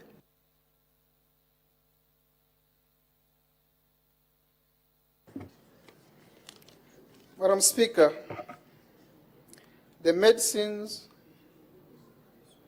and Allied Substance Act number 3 of 2013 establishes the Zambia Medicines Regulatory Authority, ZAMRA, as a statutory board mandated to regulate the medicines and allied substances in Zambia in order to ensure their quality, safety, and efficacy. The government, through the Medicines and Allied Substance Amendment Bill number 51 of 2026, proposes to amend the Principal Act to revise, among others, the composition of the board and the related governance provision. Madam Speaker, under the Principal Act, the board was 14 members, part-time body, largely dominated by public sector institutions and broad ministerial representation. The proposed amendment reduces this membership to 9 part-time members, ensuring a leaner, more efficient, and more strategically focused board. Madam Speaker, the Zambia Medicines Regulatory Authority falls under the category of regulatory bodies responsible for regulatory oversight of medicines and allied substances. This is done through ensuring that medicines and allied substances being made available to the public meet standards of quality, safety, efficacy, and performance where applicable.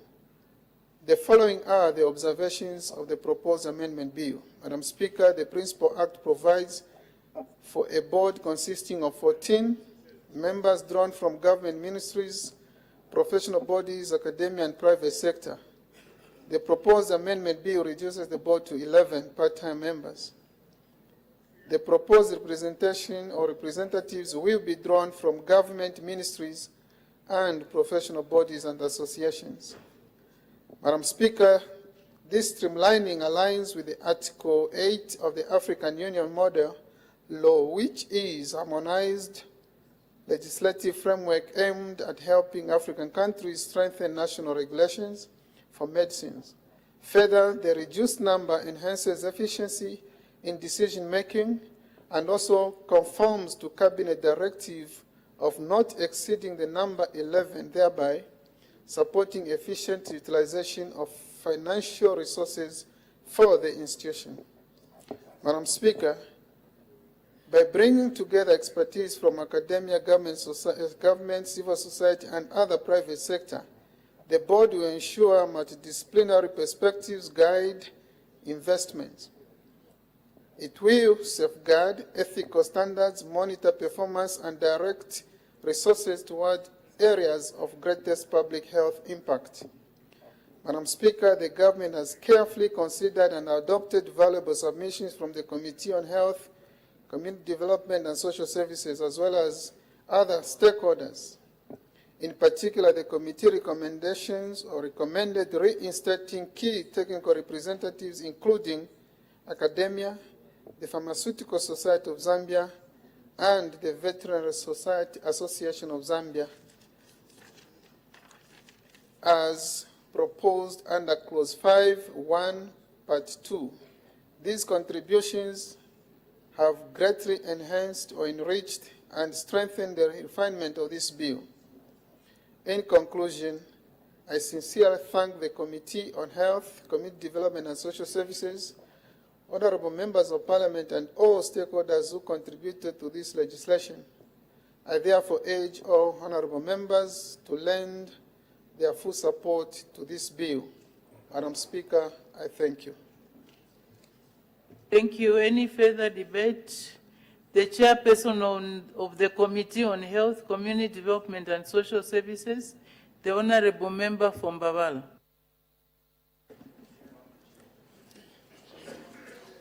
Thank you, Madam Speaker. The objective of the National Health Research Amendment Bill number 59 of 2026 is to revise the composition of the Council of the National Health Research Authority and strengthen its governance framework.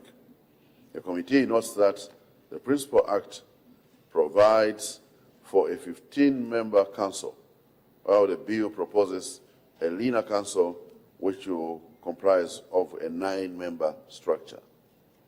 Madam Speaker, while this reduction may enhance efficiency, the committee observes that it risks limiting critical technical expertise and institutional representation. Stakeholders raise concern regarding overlapping and vaguely defined categories, as well as the exclusion of key actors such as animal and environmental health experts, thereby weakening the One Health approach. Madam Speaker, the committee further observes that increased private sector participation may promote innovation, but equally presents risks of conflicts of interest and possible distortion of public health priorities. Additionally, the nomination framework lacks clarity and may result in the appointment of junior or less qualified officers while not adequately guaranteeing gender balance. Madam Speaker, in this regard, the committee recommends expanding the Council to 11 members to accommodate key technical expertise, refining representation categories, and introducing robust safeguards against conflicts of interest. The committee further recommends strengthening the nomination process through clear eligibility criteria, multiple nominations, and appointment of senior competent individuals. Madam Speaker, the committee is of the considered view that a balanced, technically competent, and inclusive council is essential for advancing Zambia's health research agenda. Madam Speaker, the committee therefore supports the bill subject to the integration of the above recommendations. Madam Speaker, I thank you. Thank you very much. Any further debate? I see none. The Honorable Minister of Health, winding up debate. Madam Speaker, I thank you. And honorable member, I thank you so much. Madam Speaker, we are just from commemorating the World Malaria Day under CAPA. And CAPA, the theme for the 2026 Expo, states that 5 years of transformation, parliamentarians leading change in Zambia under good leadership. Madam Speaker, CAPA looks at One Health concept, which includes human, animal health, and environment. And the issues that the chairperson of the Committee on Health has emphasized, indeed, this bill seeks to respond to the issues of One Health concept, human, animal health, and environment. Madam Speaker, I thank you. Order.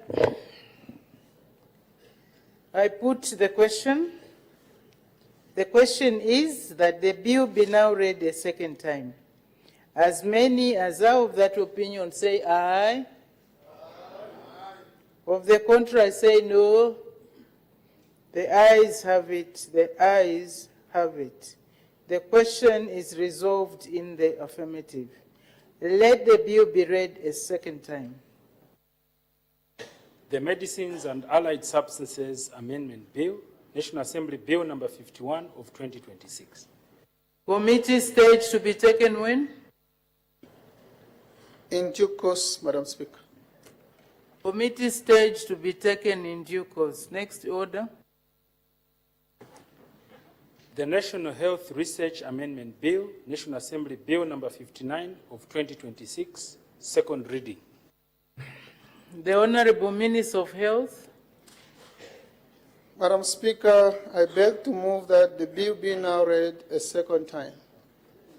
The question is that the bill be now read a second time.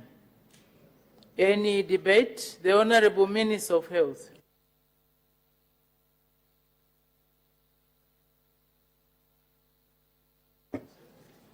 Madam Speaker, I am grateful for the opportunity to present this policy statement as a prelude to the second reading of the National Health Research Amendment Bill, National Assembly Bill number 59 of 2026 before this House. The National Health Research Act number 2 of 2013 established the National Health Research Authority, NHRA, as a statutory body mandated to regulate, coordinate, and promote health research in Zambia. The amendment bill now, therefore, or before us, seeks to strengthen this framework by revising, among other provisions, the composition of the Council of the Authority and the related governance structures.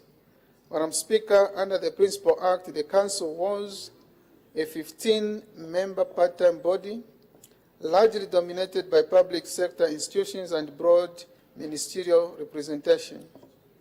The proposed amendment reduces this membership to 9 part-time members, ensuring a leaner, more efficient, and more strategically focused board.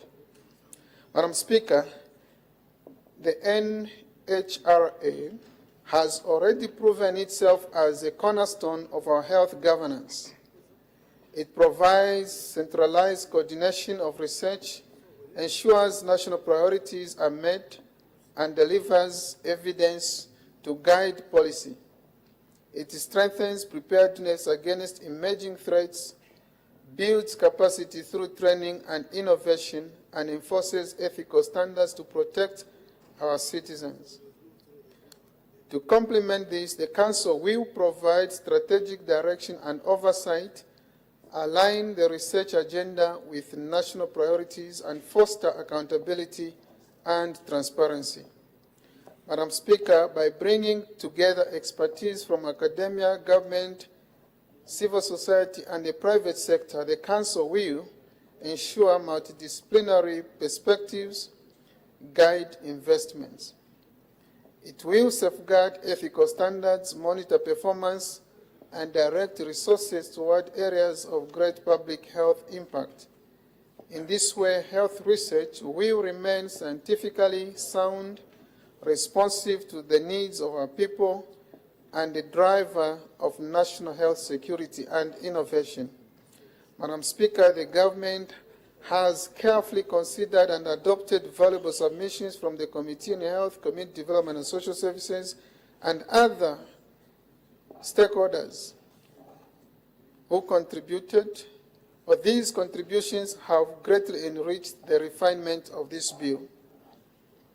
In conclusion, Madam Speaker, I sincerely thank the Committee on Health, Community Development and Social Services, honorable members of Parliament, and all stakeholders who contributed to this legislation. I therefore urge all honorable members to lend their full support to this bill. Madam Speaker, I thank you. Thank you very much. Any further debate? The chairperson of the Committee on Health, Community Development and Social Services, the honorable member for Mbabala. Madam Speaker, the objective of the National Health Research Amendment Bill number 59 of 2026 is to revise the composition of the Council of National Health Research Authority and strengthen its governance framework. The committee notes that the Principal Act provides for a 15-member council, while the bill proposes a leaner council, which will comprise of 9-member structure. While this reduction may enhance efficiency, the committee observes that it risks limiting critical technical expertise and institutional representation. Madam Speaker, stakeholders raise concern regarding overlapping and vaguely defined categories, as well as the exclusion of key actors such as animal and environmental health experts, thereby weakening the One Health approach. Madam Speaker, the committee further observes that increased private sector participation may promote innovation, but equally present risks and conflicts of interest and possible distortion of public health priorities. Additionally, the nomination framework lacks clarity and may result in the appointment of junior or less qualified officers, while not adequately guaranteeing gender balance. In this regard, Madam Speaker, the committee recommends expanding the Council to 11 members to accommodate key technical expertise, refining representation categories, and introducing robust safeguards against conflict of interest. The committee further recommends strengthening the nomination process through clear eligibility criteria, multiple nominations, and appointment of senior, competent individuals. Madam Speaker, the committee is of the considered view that a balanced, technically competent, and inclusive council is essential for advancing Zambia's health research agenda. Madam Speaker, the committee therefore supports the bill subject to the integration of the above recommendations. Madam Speaker, I thank you. Thank you very much. Any further debate? I see none. The Honorable Minister of Health winding up debate. Madam Speaker, I thank the member and chairperson of the committee for those remarks. Madam Speaker. Order. I put the question. The question is that the bill be now read a second time. As many as are of that opinion say aye. Aye. Of the contrary say no. The ayes have it. The ayes have it. The question is resolved in the affirmative. Let the bill be read a second time.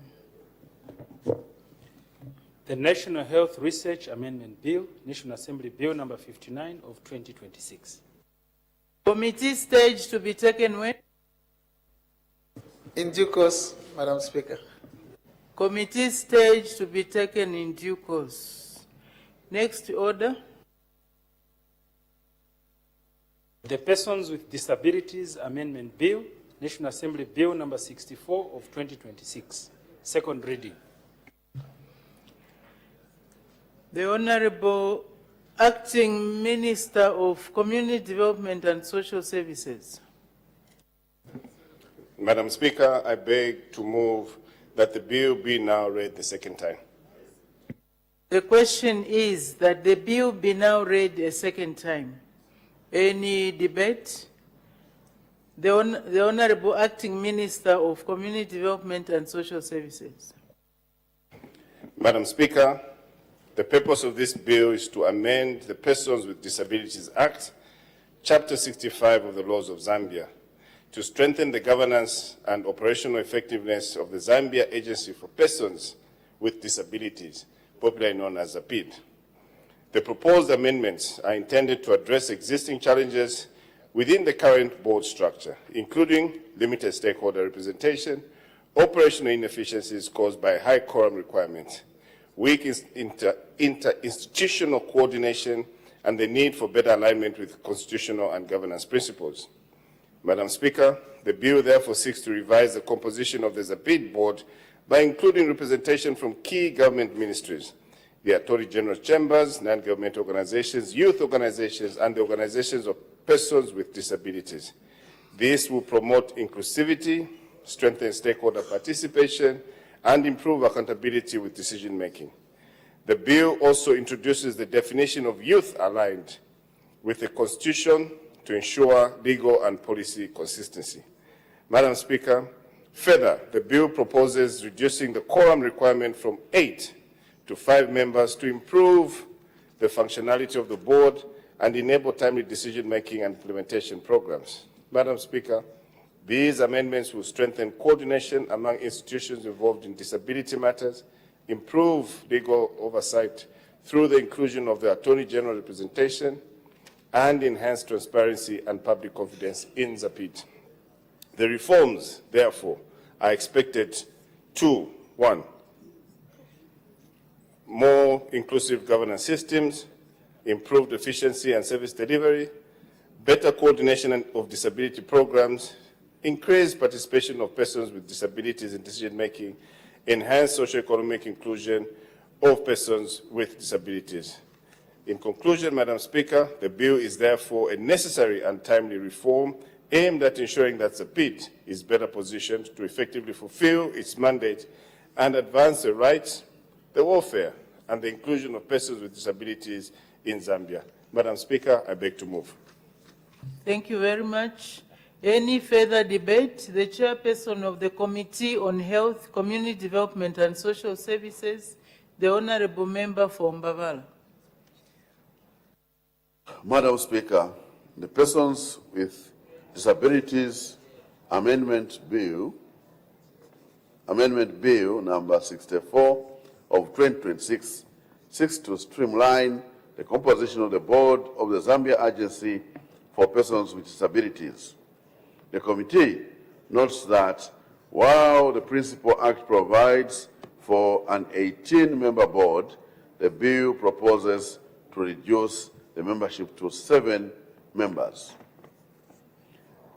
The committee observes that although the proposed reduction may enhance administrative efficiency and decision-making, it risks significantly limiting the representation of persons with disabilities and reducing the sectoral diversity necessary for effective disability governance. The committee is particularly concerned that the exclusion of health sector expertise may weaken the agency's linkages with essential service delivery systems, especially in the areas of rehabilitation, mental health, and community-based support services. Madam Speaker, the committee further notes concerns raised by stakeholders regarding the concentration of appointment powers and the lack of clear, transparency, and consultative nomination procedures. The committee is of the view that a rights-based institution such as the Zambia Agency for Persons with Disabilities must embody the principles of inclusivity, participation, and accountability in its governance structures. Madam Speaker, in this regard, the committee recommends that the board be expanded to 11 members in order to strike a balance between efficiency and adequate representation. The committee further recommends the inclusion of health sector expertise on the board and the strengthening of appointment and nomination procedures to ensure that board members are appointed through a process that is inclusive, transparent, and based on merit and competence. Madam Speaker, the committee is of the view that disability governance must remain inclusive, rights-based, and technically grounded in order to effectively advance the welfare, dignity, and empowerment of persons with disabilities in the country. The committee, therefore, supports the bill subject to the integration of the foregoing recommendations. Madam Speaker, I thank you, and on behalf of the people of Mbabara, I wish you and all our women a happy Mother's Day. I thank you so much. Thank you very much, Honorable Member from Mbabala. Any further debate? The Honorable Member for Kamfiso. Madam Speaker, once again, I don't intend to use the entire 8 minutes. A very important organization, Zambia Agency of Persons with Disability. Madam Speaker, this is a body that is supposed to help achieve representation of persons with disability in line with the mandate of the Constitution as amended. And because of the demands on this organization called ZAPD, Madam Speaker, it's important that as we support this proposal, we also ensure that the organization, the board that will be put in place, oversees that this organization, Madam Speaker, is well resourced. The people that are living with disabilities are supposed to provide representation, not just in Lusaka, Madam Speaker, because one of the challenges that we've had is that the organization or the agency has had effective representation in places such as Lusaka, Kitwe, places that are obviously on the line of rail. What about the remote parts of Zambia? We are aware that there are rural parts of Zambia where there will be a requirement that a person living with disabilities is supposed to provide leadership at a certain level. So we need to appeal to the minister responsible, acting minister. This organization is supposed to provide a member who is supposed to sit in different levels of governance in line with the new constitution. So as we revise the board, as we provide leadership in terms of the board of this very, very important agency, Madam Speaker, the law has been amended. The question still remains. Are we ready to have representation in Mushindamo? Do we have representation in the furthest part of Zambia? Do we have people who are living with disabilities who are actually going to provide leadership? We don't want people who live in Lusaka, Madam Speaker, to hear that there's a position which is idle somewhere in Chasefu, then they start off going to Chasefu so that they sit, say, in the local authority or they sit in the council. We want people who live there. And that is why, Madam Speaker, I'm asking the minister responsible for community development, how ready is the organization, even as we revise the board, to provide representation in line with the new constitution? Madam Speaker, that is my simple submission on this very, very important matter. I thank you. Thank you. The Honorable Member for Shuangandu. Thank you so much, Madam Speaker, for also allowing me to make brief comments on the proposed amendments to the bill in management of ZAPD. Madam Speaker, I would stick my comments to the observations made by your committee. And the Minister of Community Development should take this, should take any interest in these concerns raised by the committee. Madam Speaker, the current status is such that the committee consists of 18 members, and then you drastically reduce from 18 to 7. And your committee is saying, yes, in as much as this would seem to improve efficiency, it also poses a challenge that might compromise inclusivity and the deliberative quality, as decisions could be made by a small subset of numbers.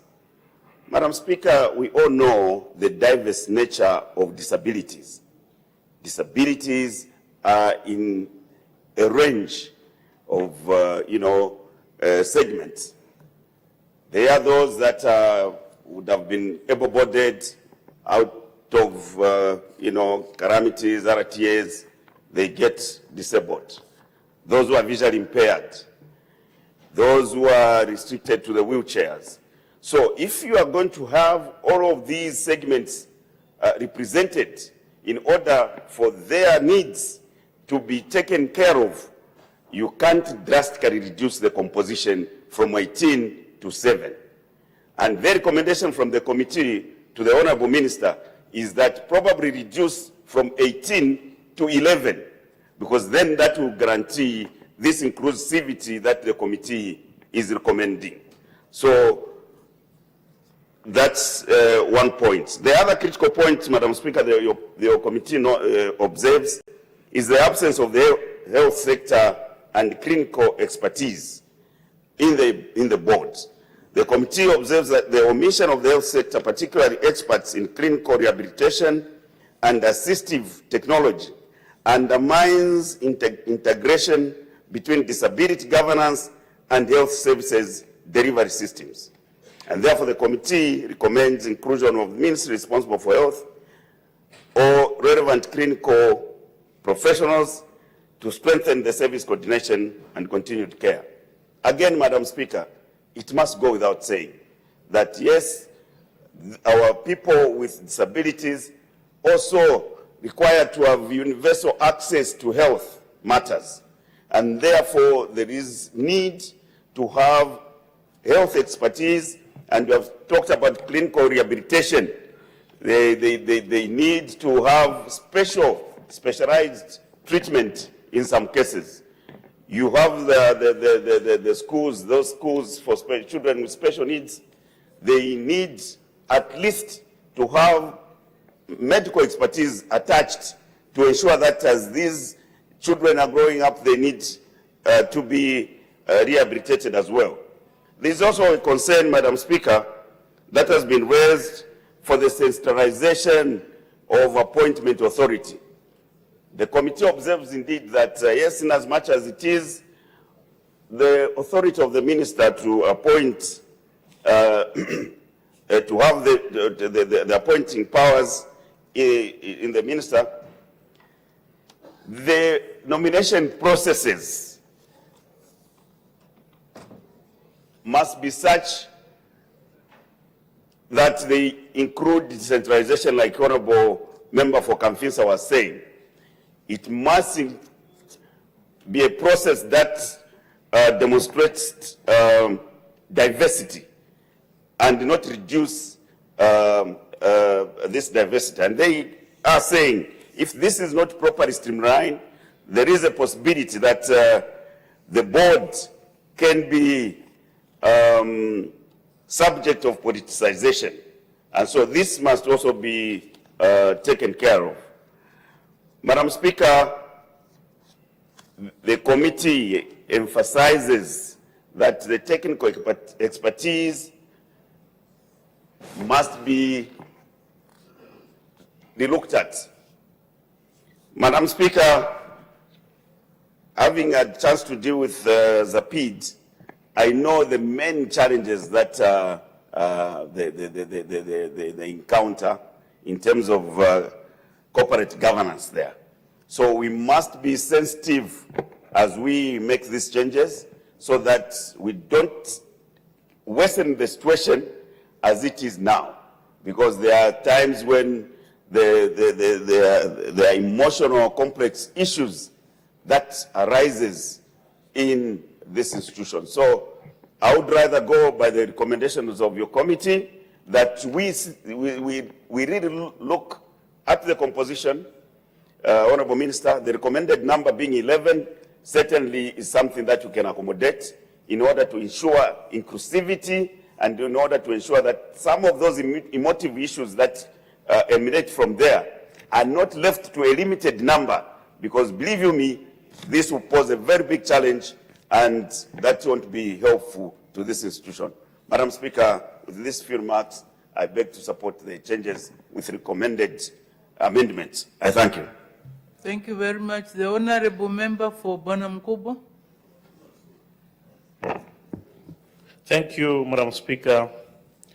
And Madam Speaker, I thought I contribute on this very important motion. First and foremost, Madam Speaker, from the onset, I want to submit the recommendations of your committee, but with emphasis, Madam Speaker, not only on the recomposition of the board, but also to ensure that people who go to this board, there's proper scrutiny. Because, Madam Speaker, ZAPID, from time immemorial, has failed to meet the aspirations of the people living with disabilities. I speak from experience, Madam Speaker, having the biggest center in my constituency, the Kangonga Production Center.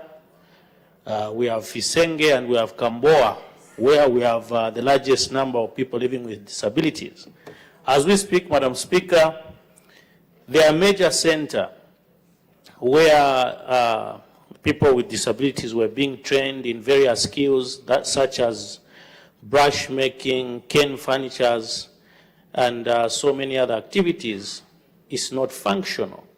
And yet we have funding which comes through ZAPID, but Madam Speaker, the funding as well is not adequate. Even as we do the recomposition of this board, Madam Speaker, it's important that people who go to that board understand the dynamics of the people with disabilities in these centers to ensure that even as they sit in that board, they're able to speak for these people and ensure that they also have the equal access to the resources which government provides in turn through the Ministry of Local Government. Because, Madam Speaker, there have been a lot of protests, people traveling through Lusaka to ZAPID to also even look at some of their terminal benefits and a lot of issues per se, and there's been a lot of complaints, even to my office, pertaining to some of these issues pertaining to their welfare. So the recommendation of the committee, Madam Speaker, to the reduction or composition of the board from 18 to 11, I think it needs to be supported and ensure that people who understand are infused in this board. We shouldn't just look at the technical capability, but also understanding the plight of these people, because we need our brothers and sisters with disability also to contribute to the wellness of this country. So, Madam Speaker, my contribution mostly is to ensure, one, apart from technical capability, also government needs to improve their funding to ensure that these people also are counted. We can revive those centers, not only just to revise the composition, Madam Speaker, but it should be in tandem to look at their welfare. There are so many people living with disabilities in this country, in various provinces, Madam Speaker, and most of their centers are defunct and are non-functional. So it's important, as we start this step of reconstituting the board, that we look at their plight and also ensure that they are counted, they are sectored, so that even as we move forward, Madam Speaker, we provide what is equitable also, and access to some of these benefits can also be extended to these people. So, Madam Speaker, I thought of contributing those few remarks as I support the report of your committee. I thank you, Madam Speaker. Thank you very much. The Honorable Acting Minister of Community Development and Social Services, winding up debate.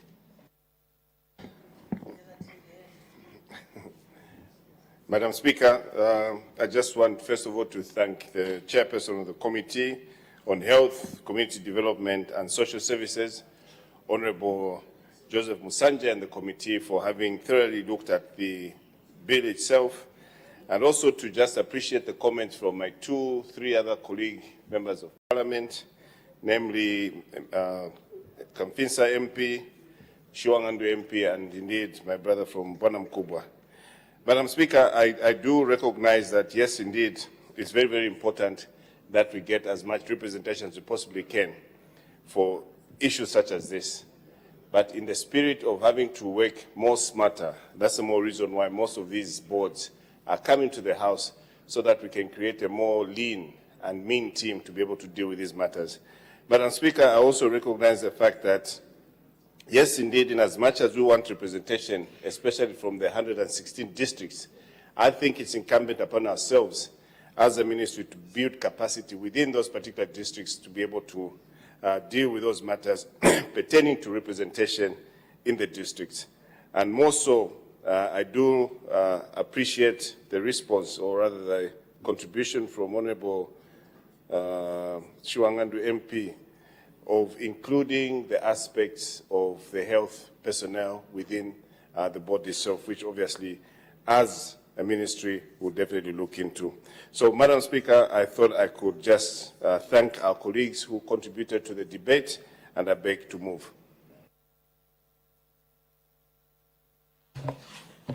Order. I put the question. The question is that the bill be now read a second time. As many as are of that opinion say aye. Aye. Of the contrary say no. The ayes have it. The ayes have it. The question is resolved in the affirmative. Let the bill be read a second time. The Persons with Disabilities Amendment Bill, National Assembly Bill number 64 of 2026. Committee stage to be taken when? In due course, Madam Speaker. Committee stage to be taken in due course. Next order. The National Pension Scheme Bill, National Assembly Bill number 68 of 2026, second reading. The Honorable Minister of Labour and Social Security.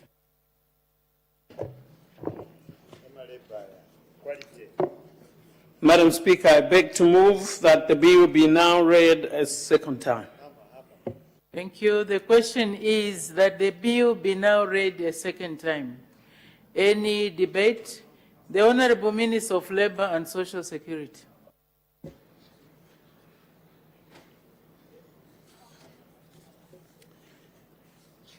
Madam Speaker, I would like to start with what we started with in the morning, which was to wish the mothers of this country a happy Mother's Day. So even at the end, happy Mother's Day, Zambia mothers, starting with our VIP. And Madam Speaker, Honorable Madam Speaker, this bill is a timely reform that modernizes the legal framework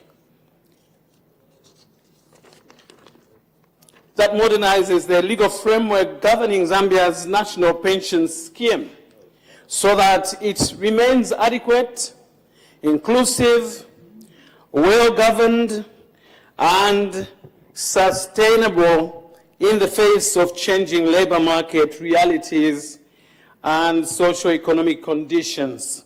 Madam Speaker, the principal purpose of this bill is to repeal and replace the National Pension Scheme Act of 1996 and to provide a comprehensive and responsive framework for the administration and management of the scheme, including improved governance, compliance, coverage, and benefit administration. Madam Speaker, the process of pension reforms has been very consultative in accordance with the Industrial Labour Relations Act as well as the Employment Code Act.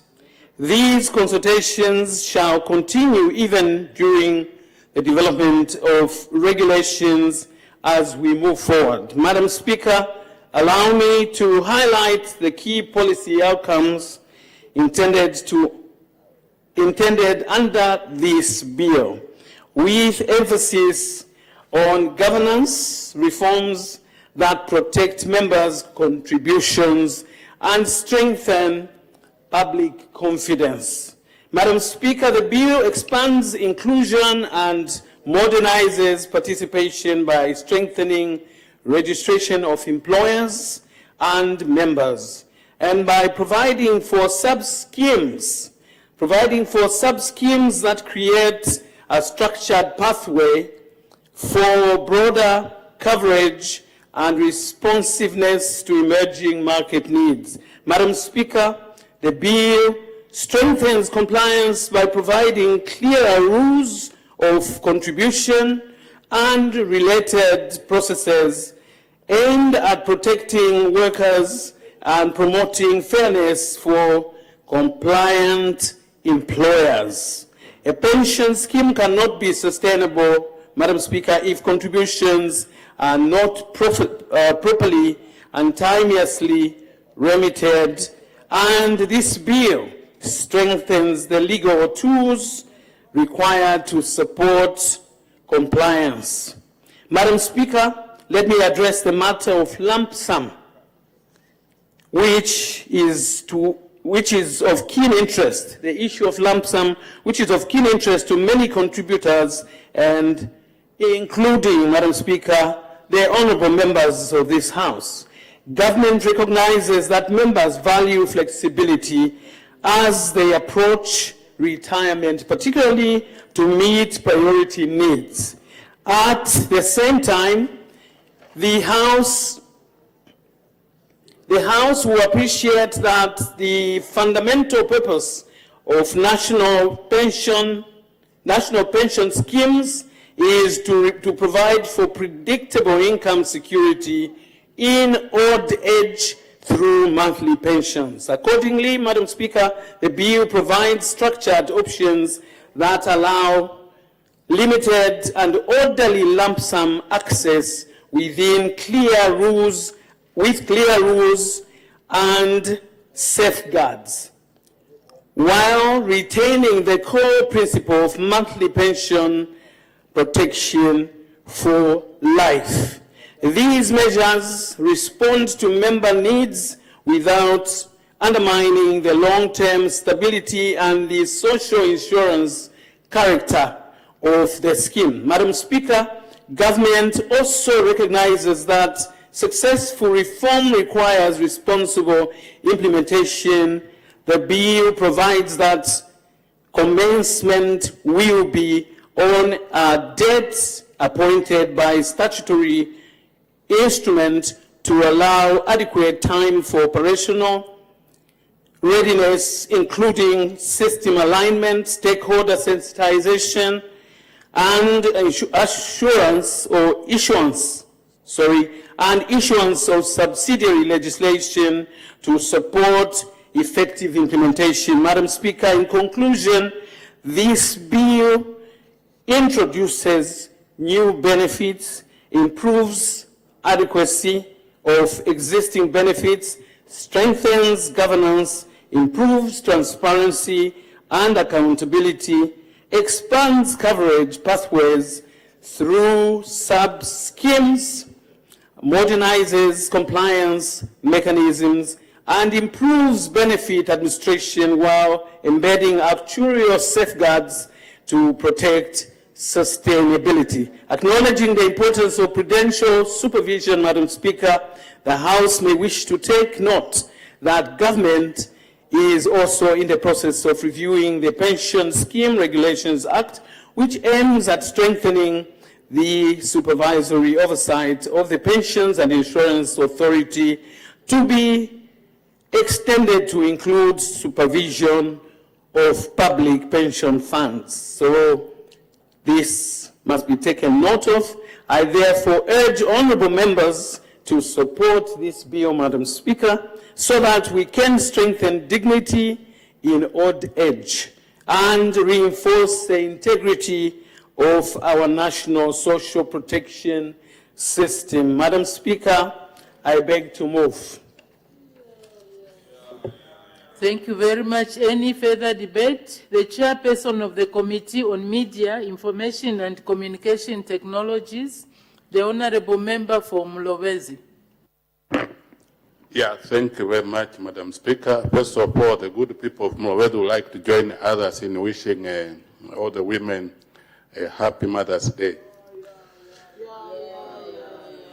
Madam Speaker, in accordance with its terms of reference as set out under Standing Orders 205B and 207J of the National Assembly of Zambia, Standing Orders 2024, the committee was tasked to consider the National Pension Scheme Bill number 68 of 2026. In order to acquaint itself with the ramification of the bill, the committee sought both written and oral submission from key stakeholders. Madam Speaker, the overall objectives of the National Pension Scheme Bill number 68 of 2026 are to repeal and replace the National Pension Scheme Act of 1996 so as to modernize the legal and institutional framework governing the National Pension Scheme, enhance pension adequacy, expand coverage, and improve governance structures. Madam, while stakeholders generally supported the bill, several concerns were raised which require attention in order to strengthen the proposed framework. Allow me to highlight some of these key issues for the benefit of the House. Madam Speaker, the committee observes that the bill provides for the establishment of sub-schemes under Clause 11. However, it does not provide for any ongoing supervisory role for the Pensions and Insurance Authority, PAIA, over the National Pension Scheme Authority, NAPSA, or its sub-scheme. This omission maintains a divided system of oversight where public and the private sector schemes are regulated differently. In this regard, the committee recommends that the government clarifies its policy position on unified pension oversight and at a minimum ensures that binding prudential standards are established prior to operationalization of any scheme.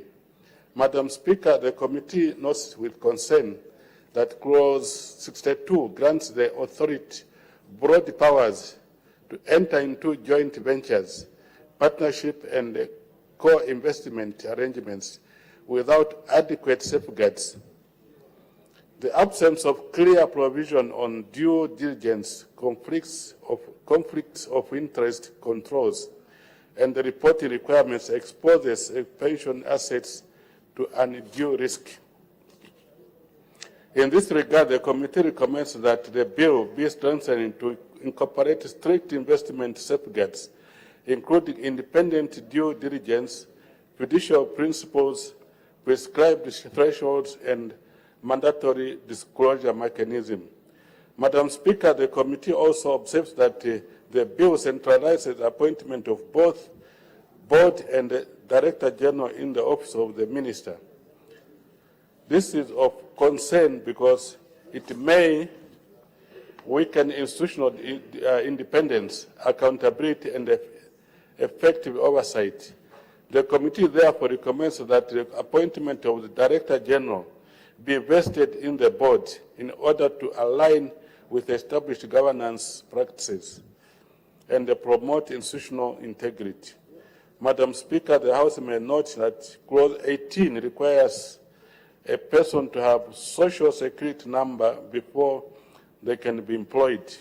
While the objective of improving compliance is appreciated, this provision may have unintended consequences, particularly for first-time job seekers and individuals in the informal sector.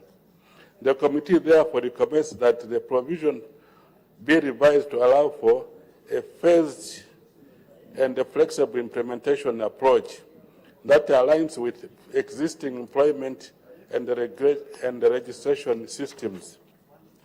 Madam Speaker, I conclude. Allow me to state that the committee supports a broad policy objective of the modernizing legal framework of the National Pension Scheme through the National Pensions Scheme Bill number 68 of 2026. the bill is meaningful step forward as it seeks to consolidate fragmented amendments, improve governance structures, strengthen employer compliance mechanism, and establish a clear legal identity for the National Pension Scheme Fund. However, it is critical that the views and the consent expressed by stakeholders, as well as the observation and the recommendation of the committee, be taken into account. Madam Speaker, allow me to pay tribute to all stakeholders who interacted with the committee and provided valuable submissions. Gratitude is also extended to you and the Office of the Clerk of the National Assembly for the support rendered during the committee's deliberations. Madam Speaker, I thank you. Thank you very much. Any further debate? The Honourable Member for Kamfinso.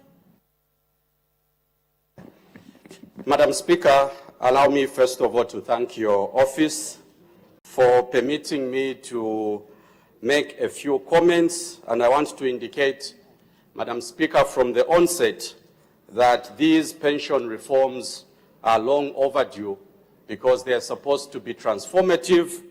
And I think, Madam Speaker, these pension reforms should be looked at from the perspective of what changes we need to look at and which ones, Madam Speaker, need to be supported. Madam Speaker, I'll begin with page 7 of your report. Madam Speaker, page 7 of your report, there's a concern from the committee. The committee is concerned that there's a requirement for a social security number for someone to be employed. And I know that from the report, the concern is that it is against the employment code. But, Madam Speaker, there's a way in which we can go around this problem. You turn 16 years according to clause 16 of the report of the bill. You turn 16 years, Madam Speaker, you are eligible to be registered as a member of NAPSA. That is what the law is proposing. So how do we go around the problem of the requirement for a social security number? Madam Speaker, we must begin placing a request on government that the same NRC number that we get at the age of 16 years, it is possible to link it to a social security number. Someone turns 16 years, Madam Speaker, they go to the nearest registration center. What they acquire is the national registration card. That should be linked to the social security number, so that whoever turns 16 years old, Madam Speaker, automatically they have a social security number. By the time they are applying for employment, Madam Speaker, we'll be saying they are all Zambian citizens who are above the age of 16 would have already acquired what is called a social security number. So to the committee, yes, we don't want the law to be in conflict with other regulations, but Madam Speaker, it is possible. Technology is advancing. We've got Smart Zambia now. I think that it is possible that these systems can be integrated. You turn 16 years, you get your NRC, Madam Speaker. The next thing is that thing should be linked to a social security number so that the concern of the committee, Madam Speaker, is attended to. Secondly, Madam Speaker, I've read these 3 different pieces of legislation. Bill number 68, which is the NAPSA bill. Bill number 69, which is the Public Service Pension Fund. And Bill number 70, Madam Speaker, which is the LASIF bill. Madam Speaker, when you read these 3 pieces of legislation together, because these ideally should be dealt with at the same time. Madam Speaker, when you read these 3 pieces of legislation, I don't find a provision in any law which is preventing one public sector worker, Madam Speaker, to belong to NAPSA and to be able to belong to LASIF. There's no law which is saying you can't belong to 2 different pension schemes. Because, Madam Speaker, technically speaking, these are 2 different pension schemes. One is an occupational scheme, the other one is a social security scheme. Ideally, Madam Speaker, the way it is in the private sector, those of us who worked in Mopani, we were on Satunya and we had NAPSA, meaning you can get benefits from 2 different pension schemes, Madam Speaker. I transitioned into another company called Atlas Copco. I was on Madison and I was on NAPSA. It is possible, Madam Speaker, even in public service, that our public service workers should have the option, Madam Speaker, if they belong to two different schemes. They are on an occupational scheme, which is PSPF, and they are on what is called a social security scheme. Madam Speaker, they get benefits from both schemes. This proposal, Madam Speaker, my proposal, is that despite the law not preventing anyone, because currently the law doesn't prevent, but we need a statement, we need a clause that is explicit. We need a sentence, Madam Speaker, in the law which says that one public service worker can belong to two pension schemes, an occupational scheme and a social security scheme. Madam Speaker, that is my proposal to the Minister of Labour, that the law currently is not saying you can't, but you see, we want people to understand the benefits that will come from belonging to two different pension schemes with different objectives. And I hope, Madam Speaker, that the Minister of Labour has taken note of clauses in the three different pieces of legislation. Madam Speaker, very quickly, clause 33. Clause 33, Madam Speaker, in this bill is talking about a retirement lump sum. And I've had time, Madam Speaker, to consult, read, and try to understand what is the law proposing. The law, Madam Speaker, if you read clause 33, you read clause 36 and 37, because these have to be read together. You read one, you miss the objective in the other bill. Madam Speaker, the law is proposing that someone at retirement will get 10%, obviously from the 60 contributions. We don't want to sound too technical, because people have been asking, this law sounds too technical, but the summary, Madam Speaker, is that at retirement, you get 10% and you get 30% from the 60 contributions and from the 120 contributions. There are those who have more contributions at retirement, so their 30% obviously will be more money than the usual. Of course, there's a public outcry. Madam Speaker, I'm aware that there's a request that how best can we ensure that NAPSA has the capacity to pay out more money to the people that have been contributing. My appeal to you, Minister of Labour, you have an institution that has got well-qualified people. They need to commission a study, look at how possible can it be, because you need to do a study. Look at how much money will remain after you pay out some of the funds that have to be paid out. Once the study is done, Madam Speaker, we would want a report that tells us the capacity of NAPSA to do more things. Because NAPSA is capable of doing a lot of things, but a study must be done to inform this August House that the fund is adequate to be able to pay more money to our beneficiaries. Do they get the money now, or do they get at retirement? Of course, the request from the people I've interacted with is that they would want all their money given to them right now. But obviously, Madam Speaker, we need the experts to tell us what is NAPSA capable of paying. Lastly, Madam Speaker, due to the limitation of time, I only have 1 minute remaining. Madam Speaker, when you read clause 51, there's a new proposal in the law, Madam Speaker.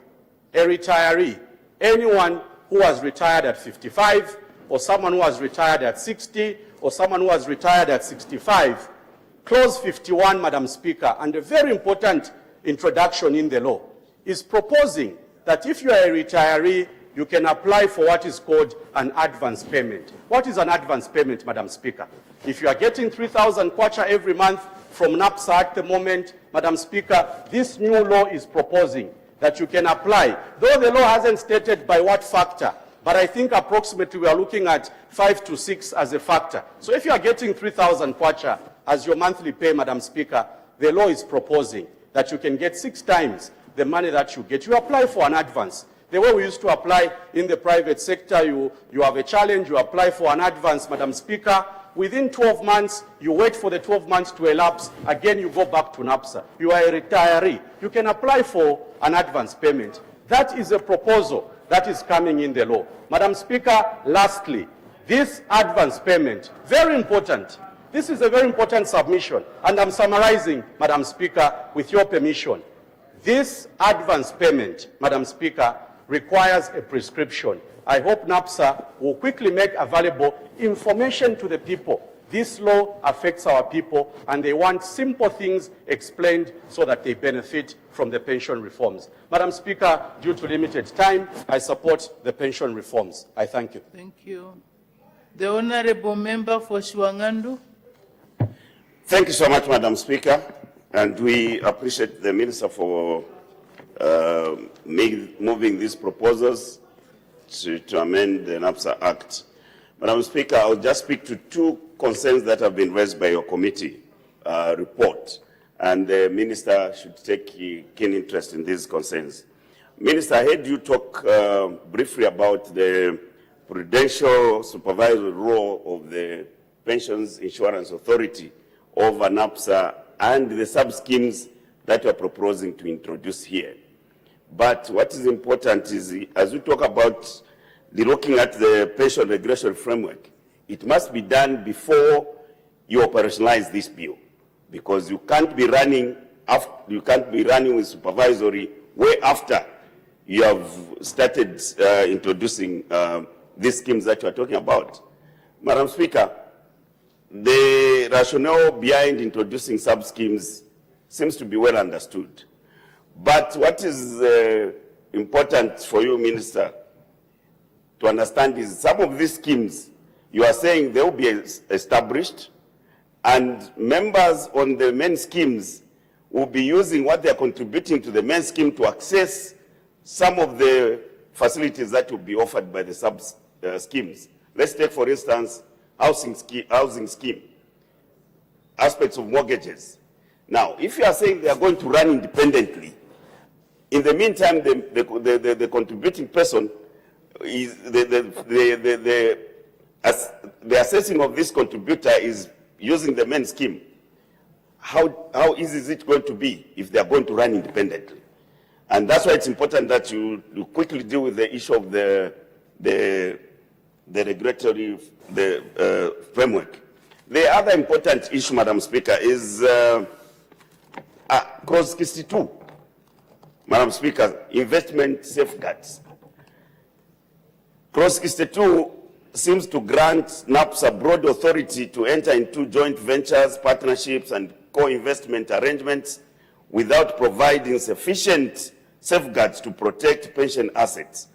The absence of provisions on independent due diligence, conflict interest controls, investment thresholds, and reporting requirements could expose the fund to undue risk. And they cite a very important project, Madam Speaker. This is, they're saying, obviously, this undermines the primary fiduciary obligation to safeguard members' benefits, as illustrated by the events surrounding Society Business Park. Madam Speaker, you know that big project there, where now the members' money is stuck. The technical complications that have arisen from that project has got an impact on the people's contributions. So it's important that these control measures are put in place. And I must thank the committee for making a very important recommendation that this Clause 62 should be strengthened to require that any joint venture, partnership, or co-investment undertaken by authority be subject to fiduciary principles, prescribed investment limits, independent due diligence, conflict of interest controls, and actuarial input where necessary. The committee further recommends that the investments above a prescribed threshold be subject prior to independent evaluation and approval by the board and be disclosed to the National Assembly within a prescribed period. It can't be any better, Honorable Minister. And don't ignore this, because such investments like the Society Business Park, where people's huge sums of money are now stuck because that whole complex is compromised and it's not available for business, meaning people's money is stuck up there. Now, if we, who are people's representatives, cannot offer oversight on such omissions, then we are not doing what is required of us as people's representatives. So these are issues, Madam Speaker, that must not be crossed over. And I would like the Minister, I know she's listening and she has responded to some of the concerns already raised. Don't cross over these recommendations from your committee. Madam Speaker, I thank you. Thank you very much. The Honorable Member for Kanchibia. Madam Speaker, thank you so much for the opportunity, and allow me to thank the Honourable Minister for the presentation. Allow me to thank the committee for a thorough report that has been done. Madam Speaker, allow me to firstly start by commending His Excellency the President of the Republic of Zambia, President Hakainde Hichilema, over his transformational vision around the pension reforms. The bill we are discussing under this report, Madam Speaker, makes reference to the 1996 legal framework, which is outdated and no longer reflects modern labor realities, digital systems, and NAPSA's expanded investment role. And this is acknowledged on page 1 of the report. Madam Speaker, the reason this is very important is because times must change, and as times must change, it is said that you cannot put new wine in old wineskin. The more reason why we need to revisit this piece of legislation. And it takes courage, it takes vision, it takes transformational leadership to overhaul the pension system as we are seeing today. Madam Speaker, very important to this particular report, and I won't be repetitive of what my colleagues would have referred to, is what NAPSA is, the report or the bill is talking about in establishing sub-schemes to provide flexibility and expand retirement saving options for the contributors. This is under clause 11 on page 2. Madam Speaker, this is very important. It's also very important to note and commend NAPSA that the innovation in this bill, in order to target Zambians working abroad and contributors seeking supplementary retirement savings, are brought on board. Madam Speaker, the diaspora presents a very important opportunity for NAPSA. And we have a lot of our citizens resident in the diaspora who are looking forward to frameworks, legal frameworks, in which they can secure their savings. Because most of them would want to come back at one point or another. So let me commend the Minister and NAPSA for this innovation. Madam Speaker, even as this House adopted a motion, we said that sustainability of NAPSA is critical, and whatever we do must lead us to sustainability. It is not in the intention of this House or any member of this House to collapse this very important fund. Madam Speaker, the need for us to strengthen compliance, this is something this report speaks to on clause 25, page 3. No employer shall deduct their contributions from what the member contributes. This is very important. Commendable again under this bill, Madam Speaker, is a removal of an injustice which prescribed in the current legal framework that upon death, if a child or a beneficiary is 21 years, biological child is 21 years, then they cannot access what was due to their parents. This injustice has been dealt with under this bill, and highly commendable to the Ministry and NAPSA.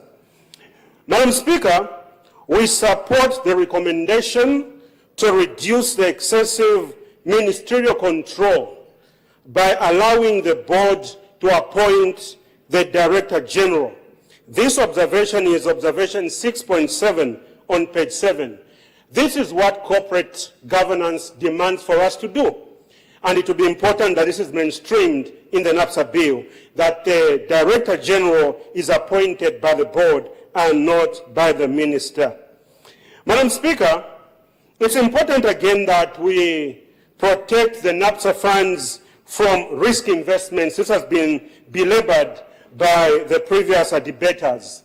At the center of this bill is the need for us to emphasize on due diligence, conflict of interest controls, and parliamentary oversight. Unprecedented that the NAPSA will be bringing, or the ministry will bring a NAPSA annual report to this August House. Madam Speaker, this is unprecedented and highly commendable, and I want to commend the ministry yet again. Madam Speaker,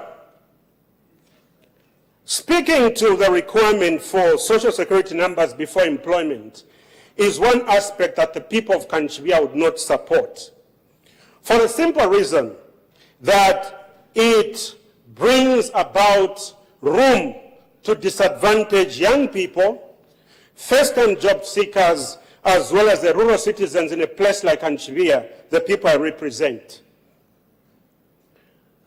We must not exclude this population. This population is very important, and we cannot exclude them on the premise of the social security number requirement.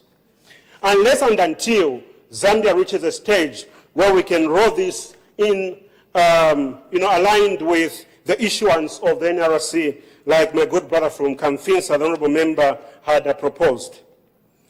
Madam Speaker, Section 35, Section 36 provides for pre-retirement payments. Let me commend the government, let me commend the president, that there was a 20% lump sum payment which was given to the workers.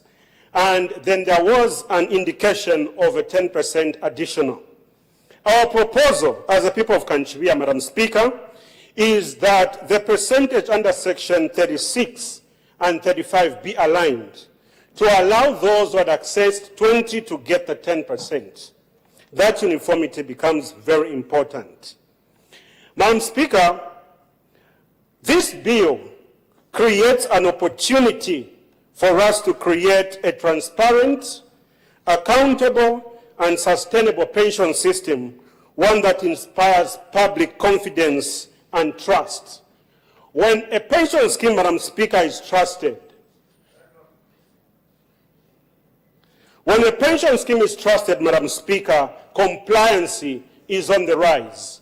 It is our clarion call on the ministry, on the executive, that the amendment that we're proposing for 36 and 35 to speak to the same principle be considered, of course, informed by science and the studies that ought to be done. Madam Speaker, I thank you most sincerely. Thank you very much. The honorable member for Kanyama. Thank you so much, Madam Speaker, for this opportunity of giving me. Madam Speaker, indeed, I don't intend to waste people's time. I just want to commend your committee for having come up with this beautiful report. However, Madam Speaker, I just want to find out, looking at the services that NAPSA provides, and bearing in mind that NAPSA has got different categories of earners. There are those low-income earners, and they actually provide for real estate, issues where they can provide housing for the contributors.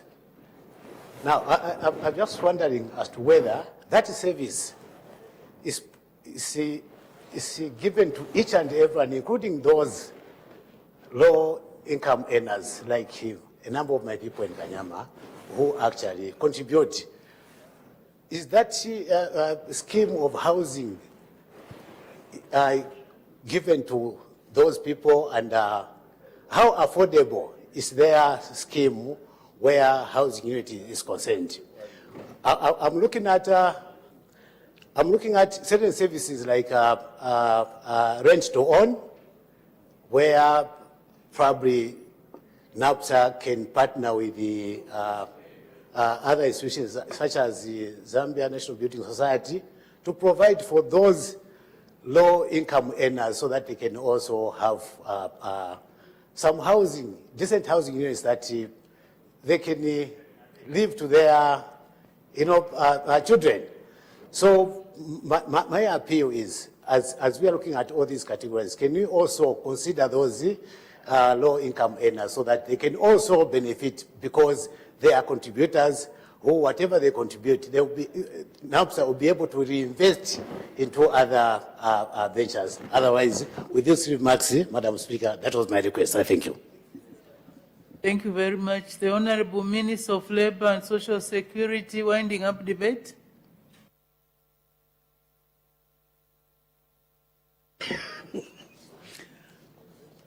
Madam Speaker, I'd like to thank you for,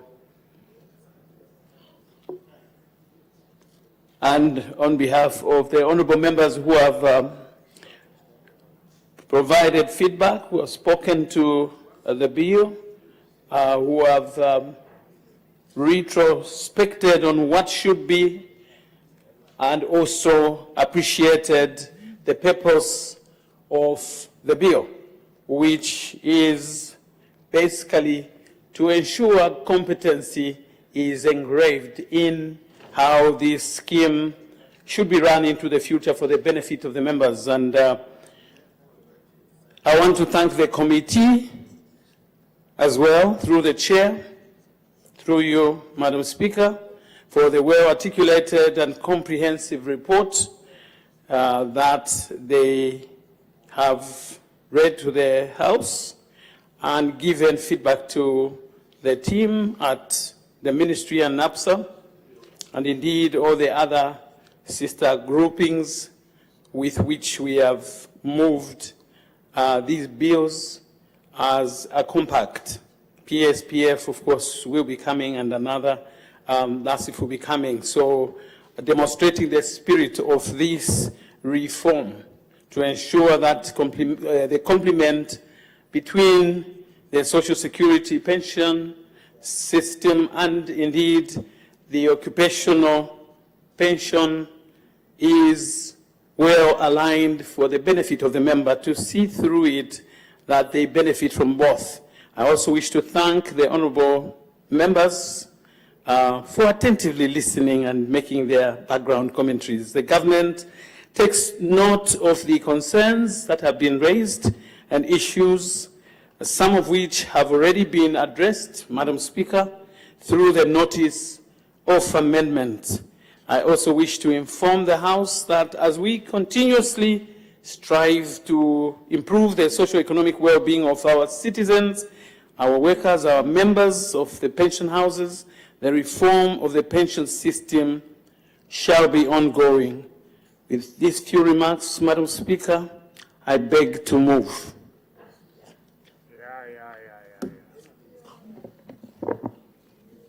I put the question.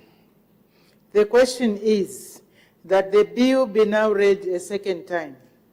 As many as are of that opinion say aye.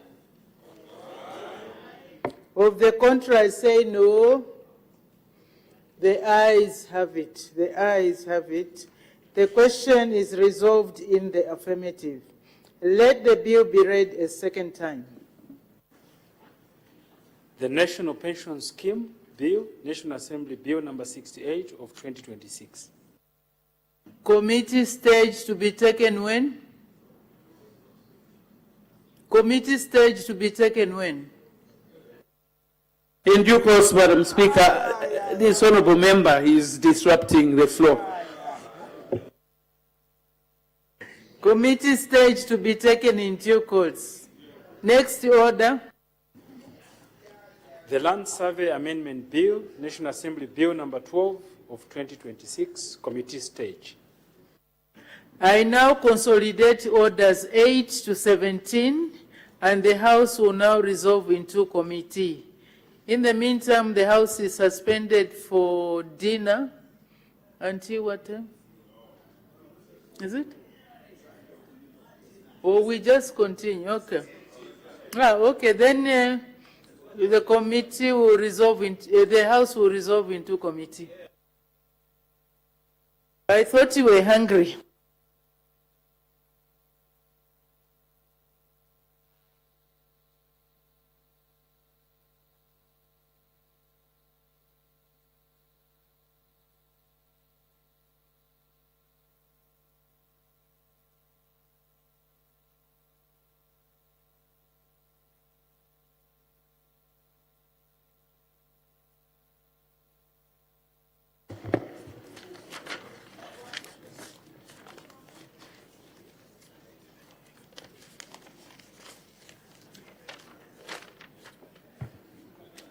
We'll start with the Land Survey Amendment Bill, National Assembly Bill number 12 of 2026.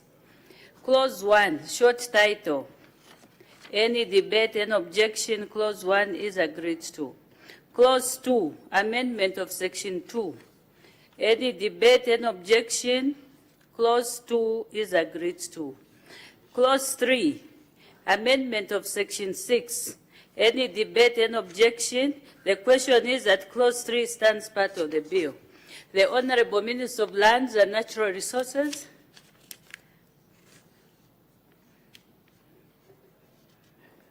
Madam Chairperson, I beg to move that Clause 3 be amended with words as circulated.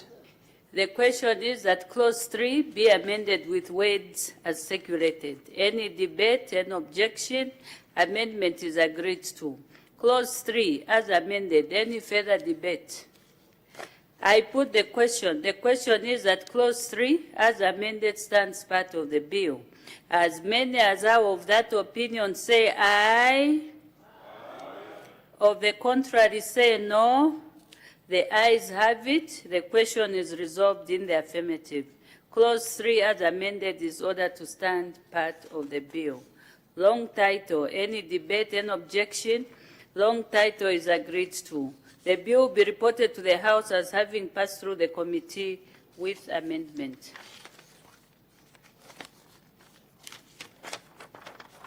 The next one, the Anti-Gender-Based Violence Amendment Bill, National Assembly Bill number 18 of 2026.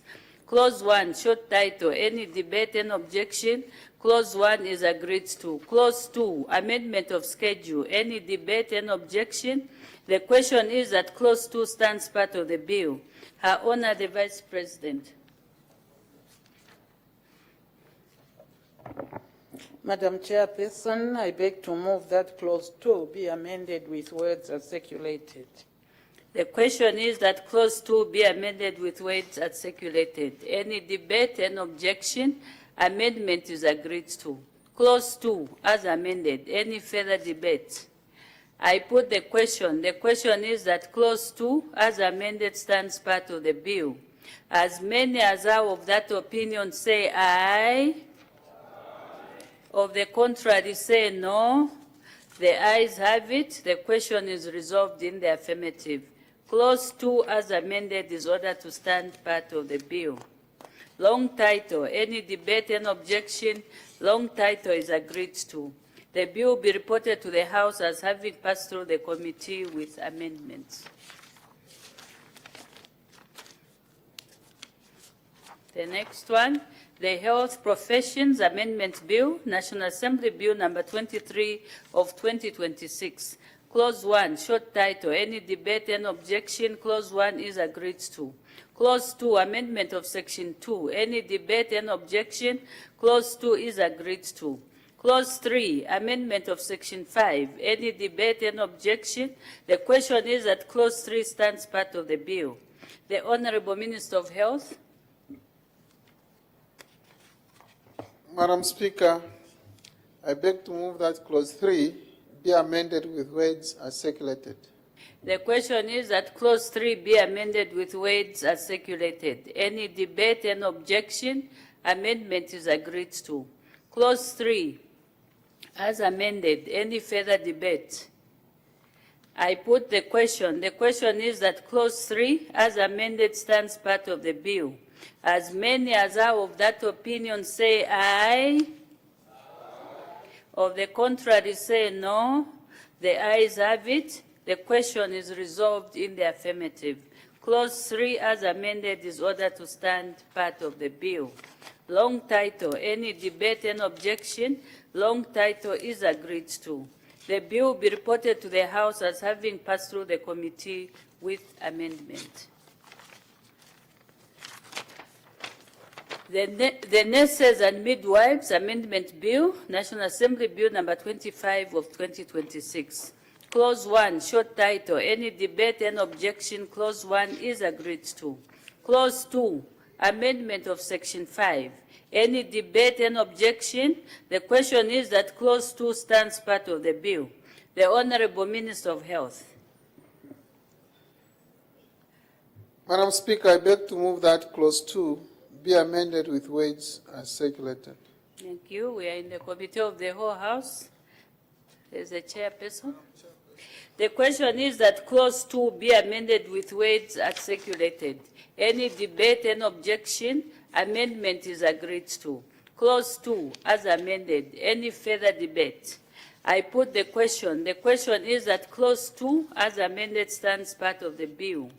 As many as are of that opinion say aye. Or the contrary say no. The ayes have it. The question is resolved in the affirmative. Clause 2 as amended is ordered to stand part of the bill. Long title, any debate and objection, long title is agreed to. The bill will be reported to the House as having passed through the committee with amendment. The Mental Health Amendment Bill, National Assembly Bill number 26 of 2026. Clause 1, short title, any debate and objection, clause 1 is agreed to. Clause 2, amendment of section 2, any debate and objection, clause 2 is agreed to. Clause 3, repeal and replacement of section 11, any debate and objection, the question is that clause 3 stands part of the bill. The Honorable Minister of Health. Madam Chairperson, I beg to move that clause 3 be amended with words as circulated. The question is that clause 3 be amended with words as circulated. Any debate and objection, amendment is agreed to. Clause 3 as amended. Any further debate? I put the question. The question is that clause 3 as amended stands part of the bill. As many as are of that opinion say aye. Of the contrary say no. The ayes have it. The question is resolved in the affirmative. Clause 3 as amended is ordered to stand part of the bill. Clause 4, repeal and replacement of heading to schedule. Any debate and objection, clause 4 is agreed to. Schedule on page 5, any debate and objection, schedule on page 5 is agreed to. Long title, any debate and objection, long title is agreed to. The bill will be reported to the House as having passed through the committee with amendment.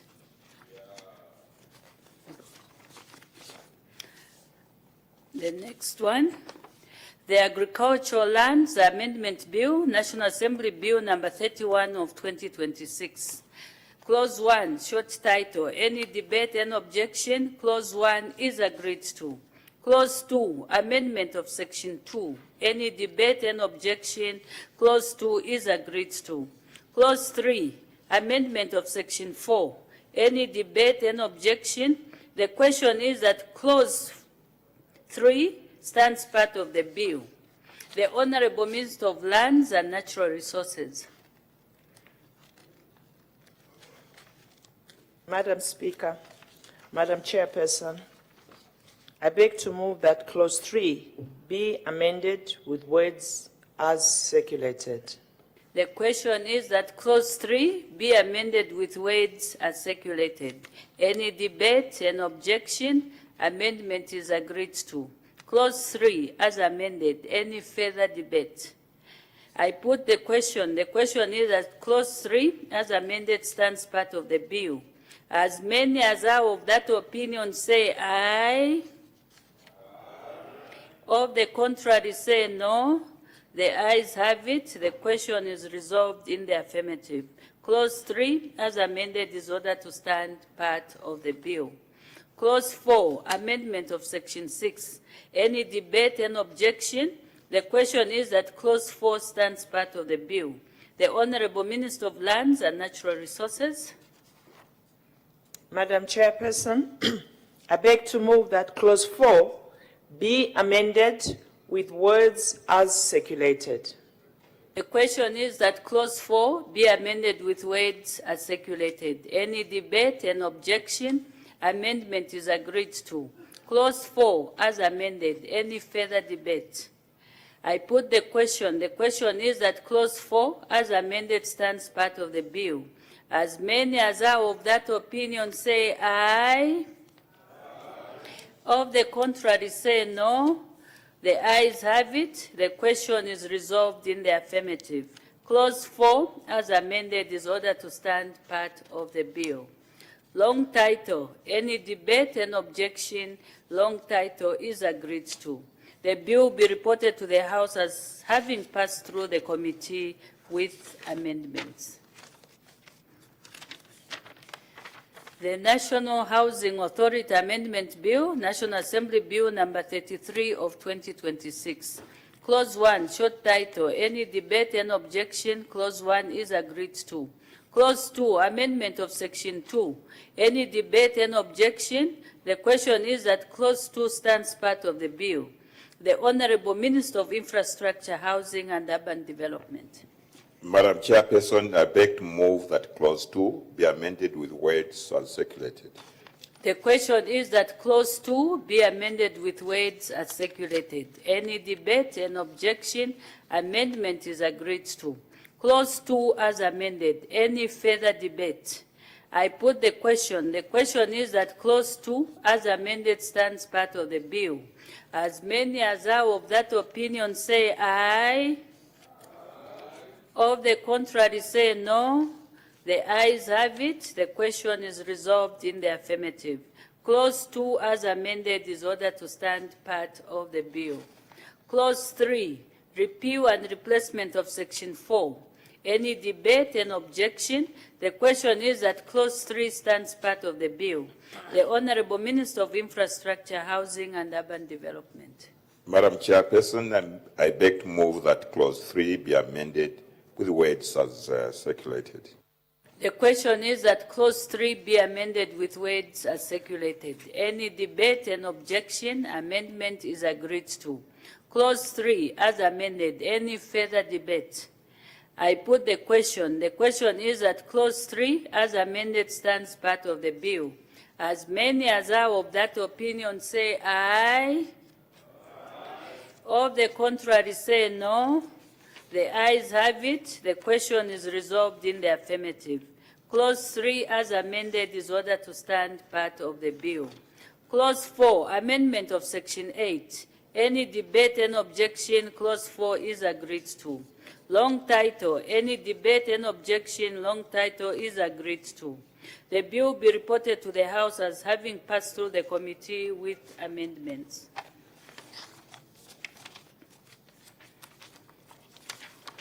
Next bill, the Food and Nutrition Amendment Bill, National Assembly Bill number 38 of 2026.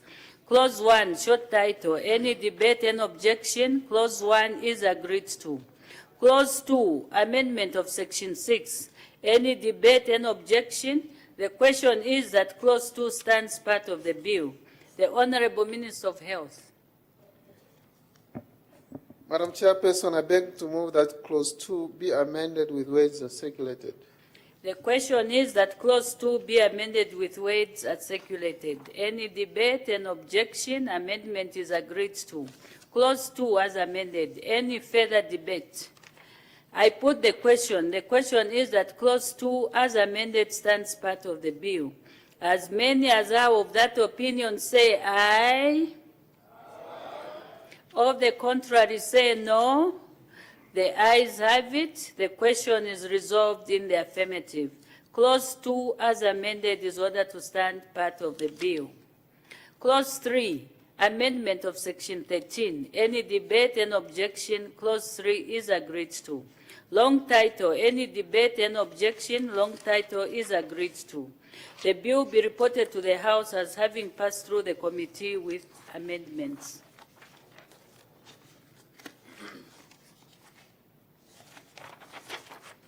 The National HIV/AIDS STI/TB Council Amendment Bill, National Assembly Bill number 42 of 2026.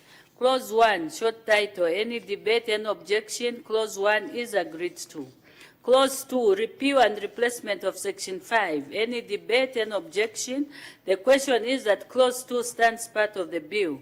The Honorable Minister of Health. Madam Chairperson, I beg to move that Clause 2 be amended with words as circulated. The question is that clause 2 be amended with words as circulated. Any debate and objection, amendment is agreed to. Clause 2 as amended, any further debate? I put the question. The question is that clause 2 as amended stands part of the bill. As many as are of that opinion say aye. Of the contrary say no. The ayes have it. The question is resolved in the affirmative. Clause 2 as amended is ordered to stand part of the bill. Clause 3, amendment of section 8. Any debate and objection, clause 3 is agreed to. Long title, any debate and objection, long title is agreed to. The bill be reported to the House as having passed through the committee with amendments. We go to the last bill. The Zambia Institute for Tourism and Hospitality Amendment Bill, National Assembly Bill number 55 of 2026. Clause 1, short title, any debate and objection, clause 1 is agreed to. Clause 2, amendment of section 2. Any debate and objection, the question is that clause 2 stands part of the bill. The Honorable Minister of Tourism. Madam Chairperson, I beg to move that clause 2 be amended with words circulated. The question is that clause 2 be amended with words as circulated. Any debate and objection, amendment is agreed to. Clause 2 as amended, any further debate? I put the question. The question is that clause 2 as amended stands part of the bill. As many as are of that opinion say aye. Of the contrary say no. The ayes have it. The question is resolved in the affirmative. Clause 2 as amended is ordered to stand part of the bill. Clause 3, repeal and replacement of section 6. Any debate and objection? The question is that clause 3 stands part of the bill. The Honorable Minister of Tourism. Madam Chairperson, I beg to move that clause 3 be amended with words as circulated. The question is that clause 3 be amended with words as circulated. Any debate and objection? Amendment is agreed to. Clause 3 as amended. Any further debate? I put the question. The question is that clause 3 as amended stands part of the bill. As many as are of that opinion say aye. Of the contrary say no. The ayes have it. The question is resolved in the affirmative. Clause 3, as amended, is ordered to stand part of the bill. Clause 4, amendment of section 7. Any debate and objection, clause 4 is agreed to. Clause 5, repeal and replacement of section 11. Any debate and objection, clause 5 is agreed to. Long title, any debate and objection, long title is agreed to. The bill be reported to the House as having passed through the committee with amendments.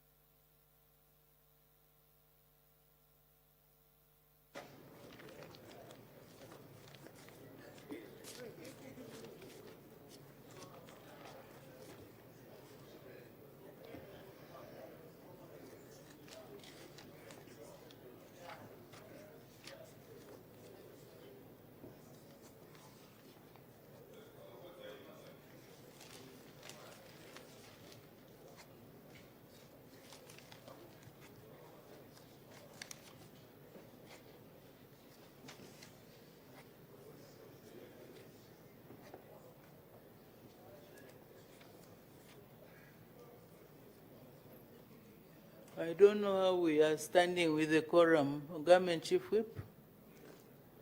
We're okay? Okay.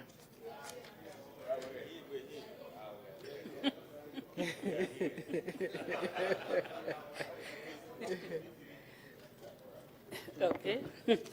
Madam, I have to report to the House that the Committee of the Whole House has gone through the Land Survey Amendment Bill, National Assembly Bill, number 12 of 2026 with amendments. Thank you. Day for consideration of the report. In due course, Madam Speaker. Consideration of the report to be taken in due course. Next order.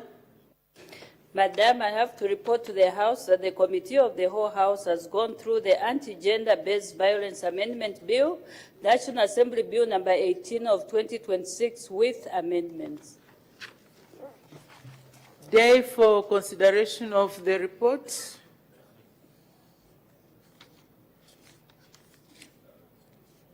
Her Honor, is it not? Her Honor, the Vice President, I think is. In due course, Madam Speaker. Consideration of the report to be taken in due course. Next order. Madam, I have to report to the House that the Committee of the Whole House has gone through the Health Professions Amendment Bill, National Assembly Bill number 23 of 2026 with amendments. Thank you. Day for consideration of the report. In due course, Madam Speaker. Consideration of the report to be taken in due course. Next order. Madam, I have to report to the House that the Committee of the Whole House has gone through the Nurses and Midwives Amendment Bill, National Assembly Bill number 25 of 2026 with amendments. Thank you. Day for consideration of report. In due course, Madam Speaker. Consideration of the report to be done, to be taken or to be done in due course. Next order. Madam, I have to report to the House that the Committee of the Whole House has gone through the Mental Health Amendment Bill, National Assembly Bill number 26 of 2026 with amendments. Thank you. Day for consideration of the report. In due course, Madam Speaker. Consideration of the report to be taken in due course. Next order. Madam, I have to report to the House that the Committee of the Whole House has gone through the Agricultural Lands Amendment Bill, National Assembly Bill number 31 of 2026 with amendments. Day for consideration of the report. In due course, Madam Speaker. Consideration of the report to be taken in due course. Next order. Madam, I have to report to the House that the Committee of the Whole House has gone through the National Housing Authority Amendment Bill, National Assembly Bill number 33 of 2026 with amendments. Day for consideration of the report. In due course, Madam Speaker. Consideration of the report to be taken in due course. Next order. Madam, I have to report to the House that the Committee of the Whole House has gone through the Food and Nutrition Amendment Bill, National Assembly Bill number 38 of 2026 with amendments. Day for consideration of the report. In due course, Madam Speaker. Consideration of the report to be taken in due course. Next order. Madam, I have to report to the House that the Committee of the Whole House has gone through the National HIV/AIDS STI/TB Council Amendment Bill, National Assembly Bill number 42 of 2026 with amendments. Thank you. Day for consideration of the report. In due course, Madam Speaker. Consideration of the report to be taken in due course. Next order. Madam, I have to report to the House that the Committee of the Whole House has gone through the Zambia Institute of Tourism and Hospitality Studies Amendment Bill, National Assembly Bill number 55 of 2026 with amendments. Thank you. Day of consideration of the report. In due course, Madam Speaker. Consideration of the report to be taken in due course. And that concludes the work for today on the order paper. Her Honor, the Vice President, adjournment.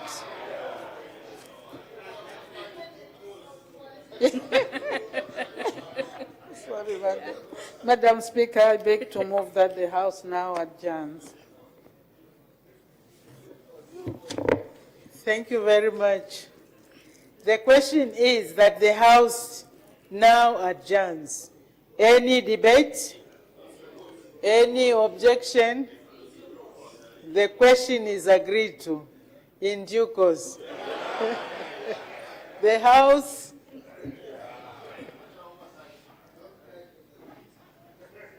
is now adjourned.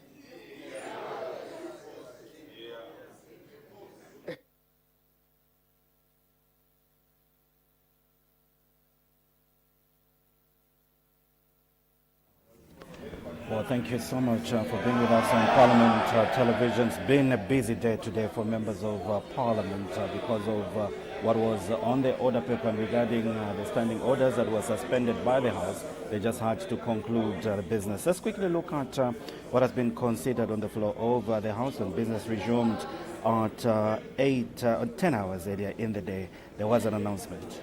Yes, indeed, there was a ruling that was by Honorable Madam Speaker, and it was on the following point of orders. There was a point of order that was raised on 8th April 2026 by Mr. G.K. Chisanga, Member of Parliament for Lukasha constituency, on whether Mr. M.J. Katambo, Member of Parliament for Masaiti constituency, Mr. J. Chibuye, Member of Parliament for Ron constituency, Mr. S. Mushanga, Member of Parliament for Wacha constituency, Mr. S. Chanda, Member of Parliament for Kanchiria constituency, and also Mrs. M. Nakaponda, Member of Parliament for Isoka constituency, and Mr. L. Chibombwe, Member of Parliament for Bahati constituency, were in abrogation of Article 72 of the Constitution of Zambia, Cap 1 of the laws of Zambia, following allegations that they had crossed the floor to join the United Party for National Development. The other point of order was raised on Friday, 10th April 2026 by Dr. Siandeleki, Member of Parliament for Katombola constituency, on whether Mr. B.M. Mundubile, Member of Parliament for Mporokoso constituency, and Mr. G.K. Chisanga, Member of Parliament for Lukasha constituency, and Mr. S. Kampiongo, Member of Parliament for Shuangandu constituency, were in contravention of Article 72(2)(d) of the Constitution of Zambia, Act Cap 1 of the laws of Zambia, following their joining of the Forum for Democracy and Development Party, FDD, through the Tonse Alliance. And the second one was raised on Tuesday, 14th April 2026, by Mr. Bim Mpundu, Member of Parliament from Nkana constituency, whether the House was in order to declare the Lwangeni parliamentary seat vacant following Honorable M.F. Moyo, Second Deputy Speaker, joining the United Party for National Development, UPND, when there was elected as an independent member of Parliament. And the concerned members were engaged in line with parliamentary practice and rules of natural justice, and the members merely expressed their interest to join the United Party for National Development after the dissolution of Parliament. And having, Madam Speaker further said that having reviewed the responses from the members who were the subject of the point of order raised by Mr. G.K. Chisanga, Member of Parliament for Lukasha constituency, and in the absence of any evidence, Mr. G.K. Chisanga, MP, to support his point of order, ruling on the point of order by Mr. G.K. Chisanga, MP, is that the 6 members of Parliament are in order, as they have not abrogated the Constitution and therefore should continue to execute their mandate as members of Parliament. And with regard to the points of order raised by Dr. C. Andeleki, MP, and Mr. B. Mpundu, MP, respectively, the Office of the Clerk had not received any response from Mr. Brian Mundubile, MP, Mr. George K. Chisanga, MP, Mr. Stephen Kampiongo and Honorable Moses F. Moyo, MP. And accordingly, in the absence of the responses for the members, Madam Speaker did state that this constrained from making a conclusion to whether these members who were alleged to have crossed the floor did in fact do so. And Madam Speaker further informed the House that on 29th April 2026, our office received correspondence from Mr. Chanda Augustine B. Katotowe regarding his resignation from his position as Member of Parliament for Luapula constituency, and in accordance with Article 72 of the Constitution, because he had accepted the position of presidential candidate for the Patriots for Economic Progress, PEP, party in the 13th August 2026 general elections. Subsequently, on the same day, she received further communication from Mr. Katotowe's lawyers, J and M advocates, confirming that the letter of resignation was duly signed by Mr. Chanda Augustine B. Katotowe. In concluding her ruling, Madam Speaker guided the House that where a member wishes to raise a point of order founded on an allegation of fact, that member is required to lay the necessary evidence on the table of the House to prove the allegation. In the absence of such evidence, the point of order cannot be sustained. So that was a combined ruling that was made by Madam Speaker.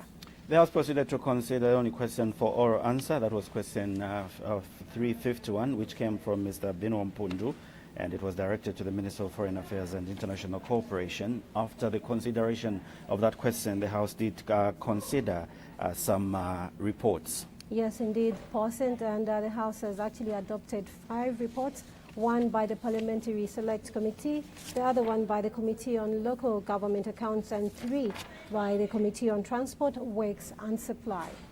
All right, and there was a consideration of the motion. The motion was moved by the Minister of Finance and National Planning.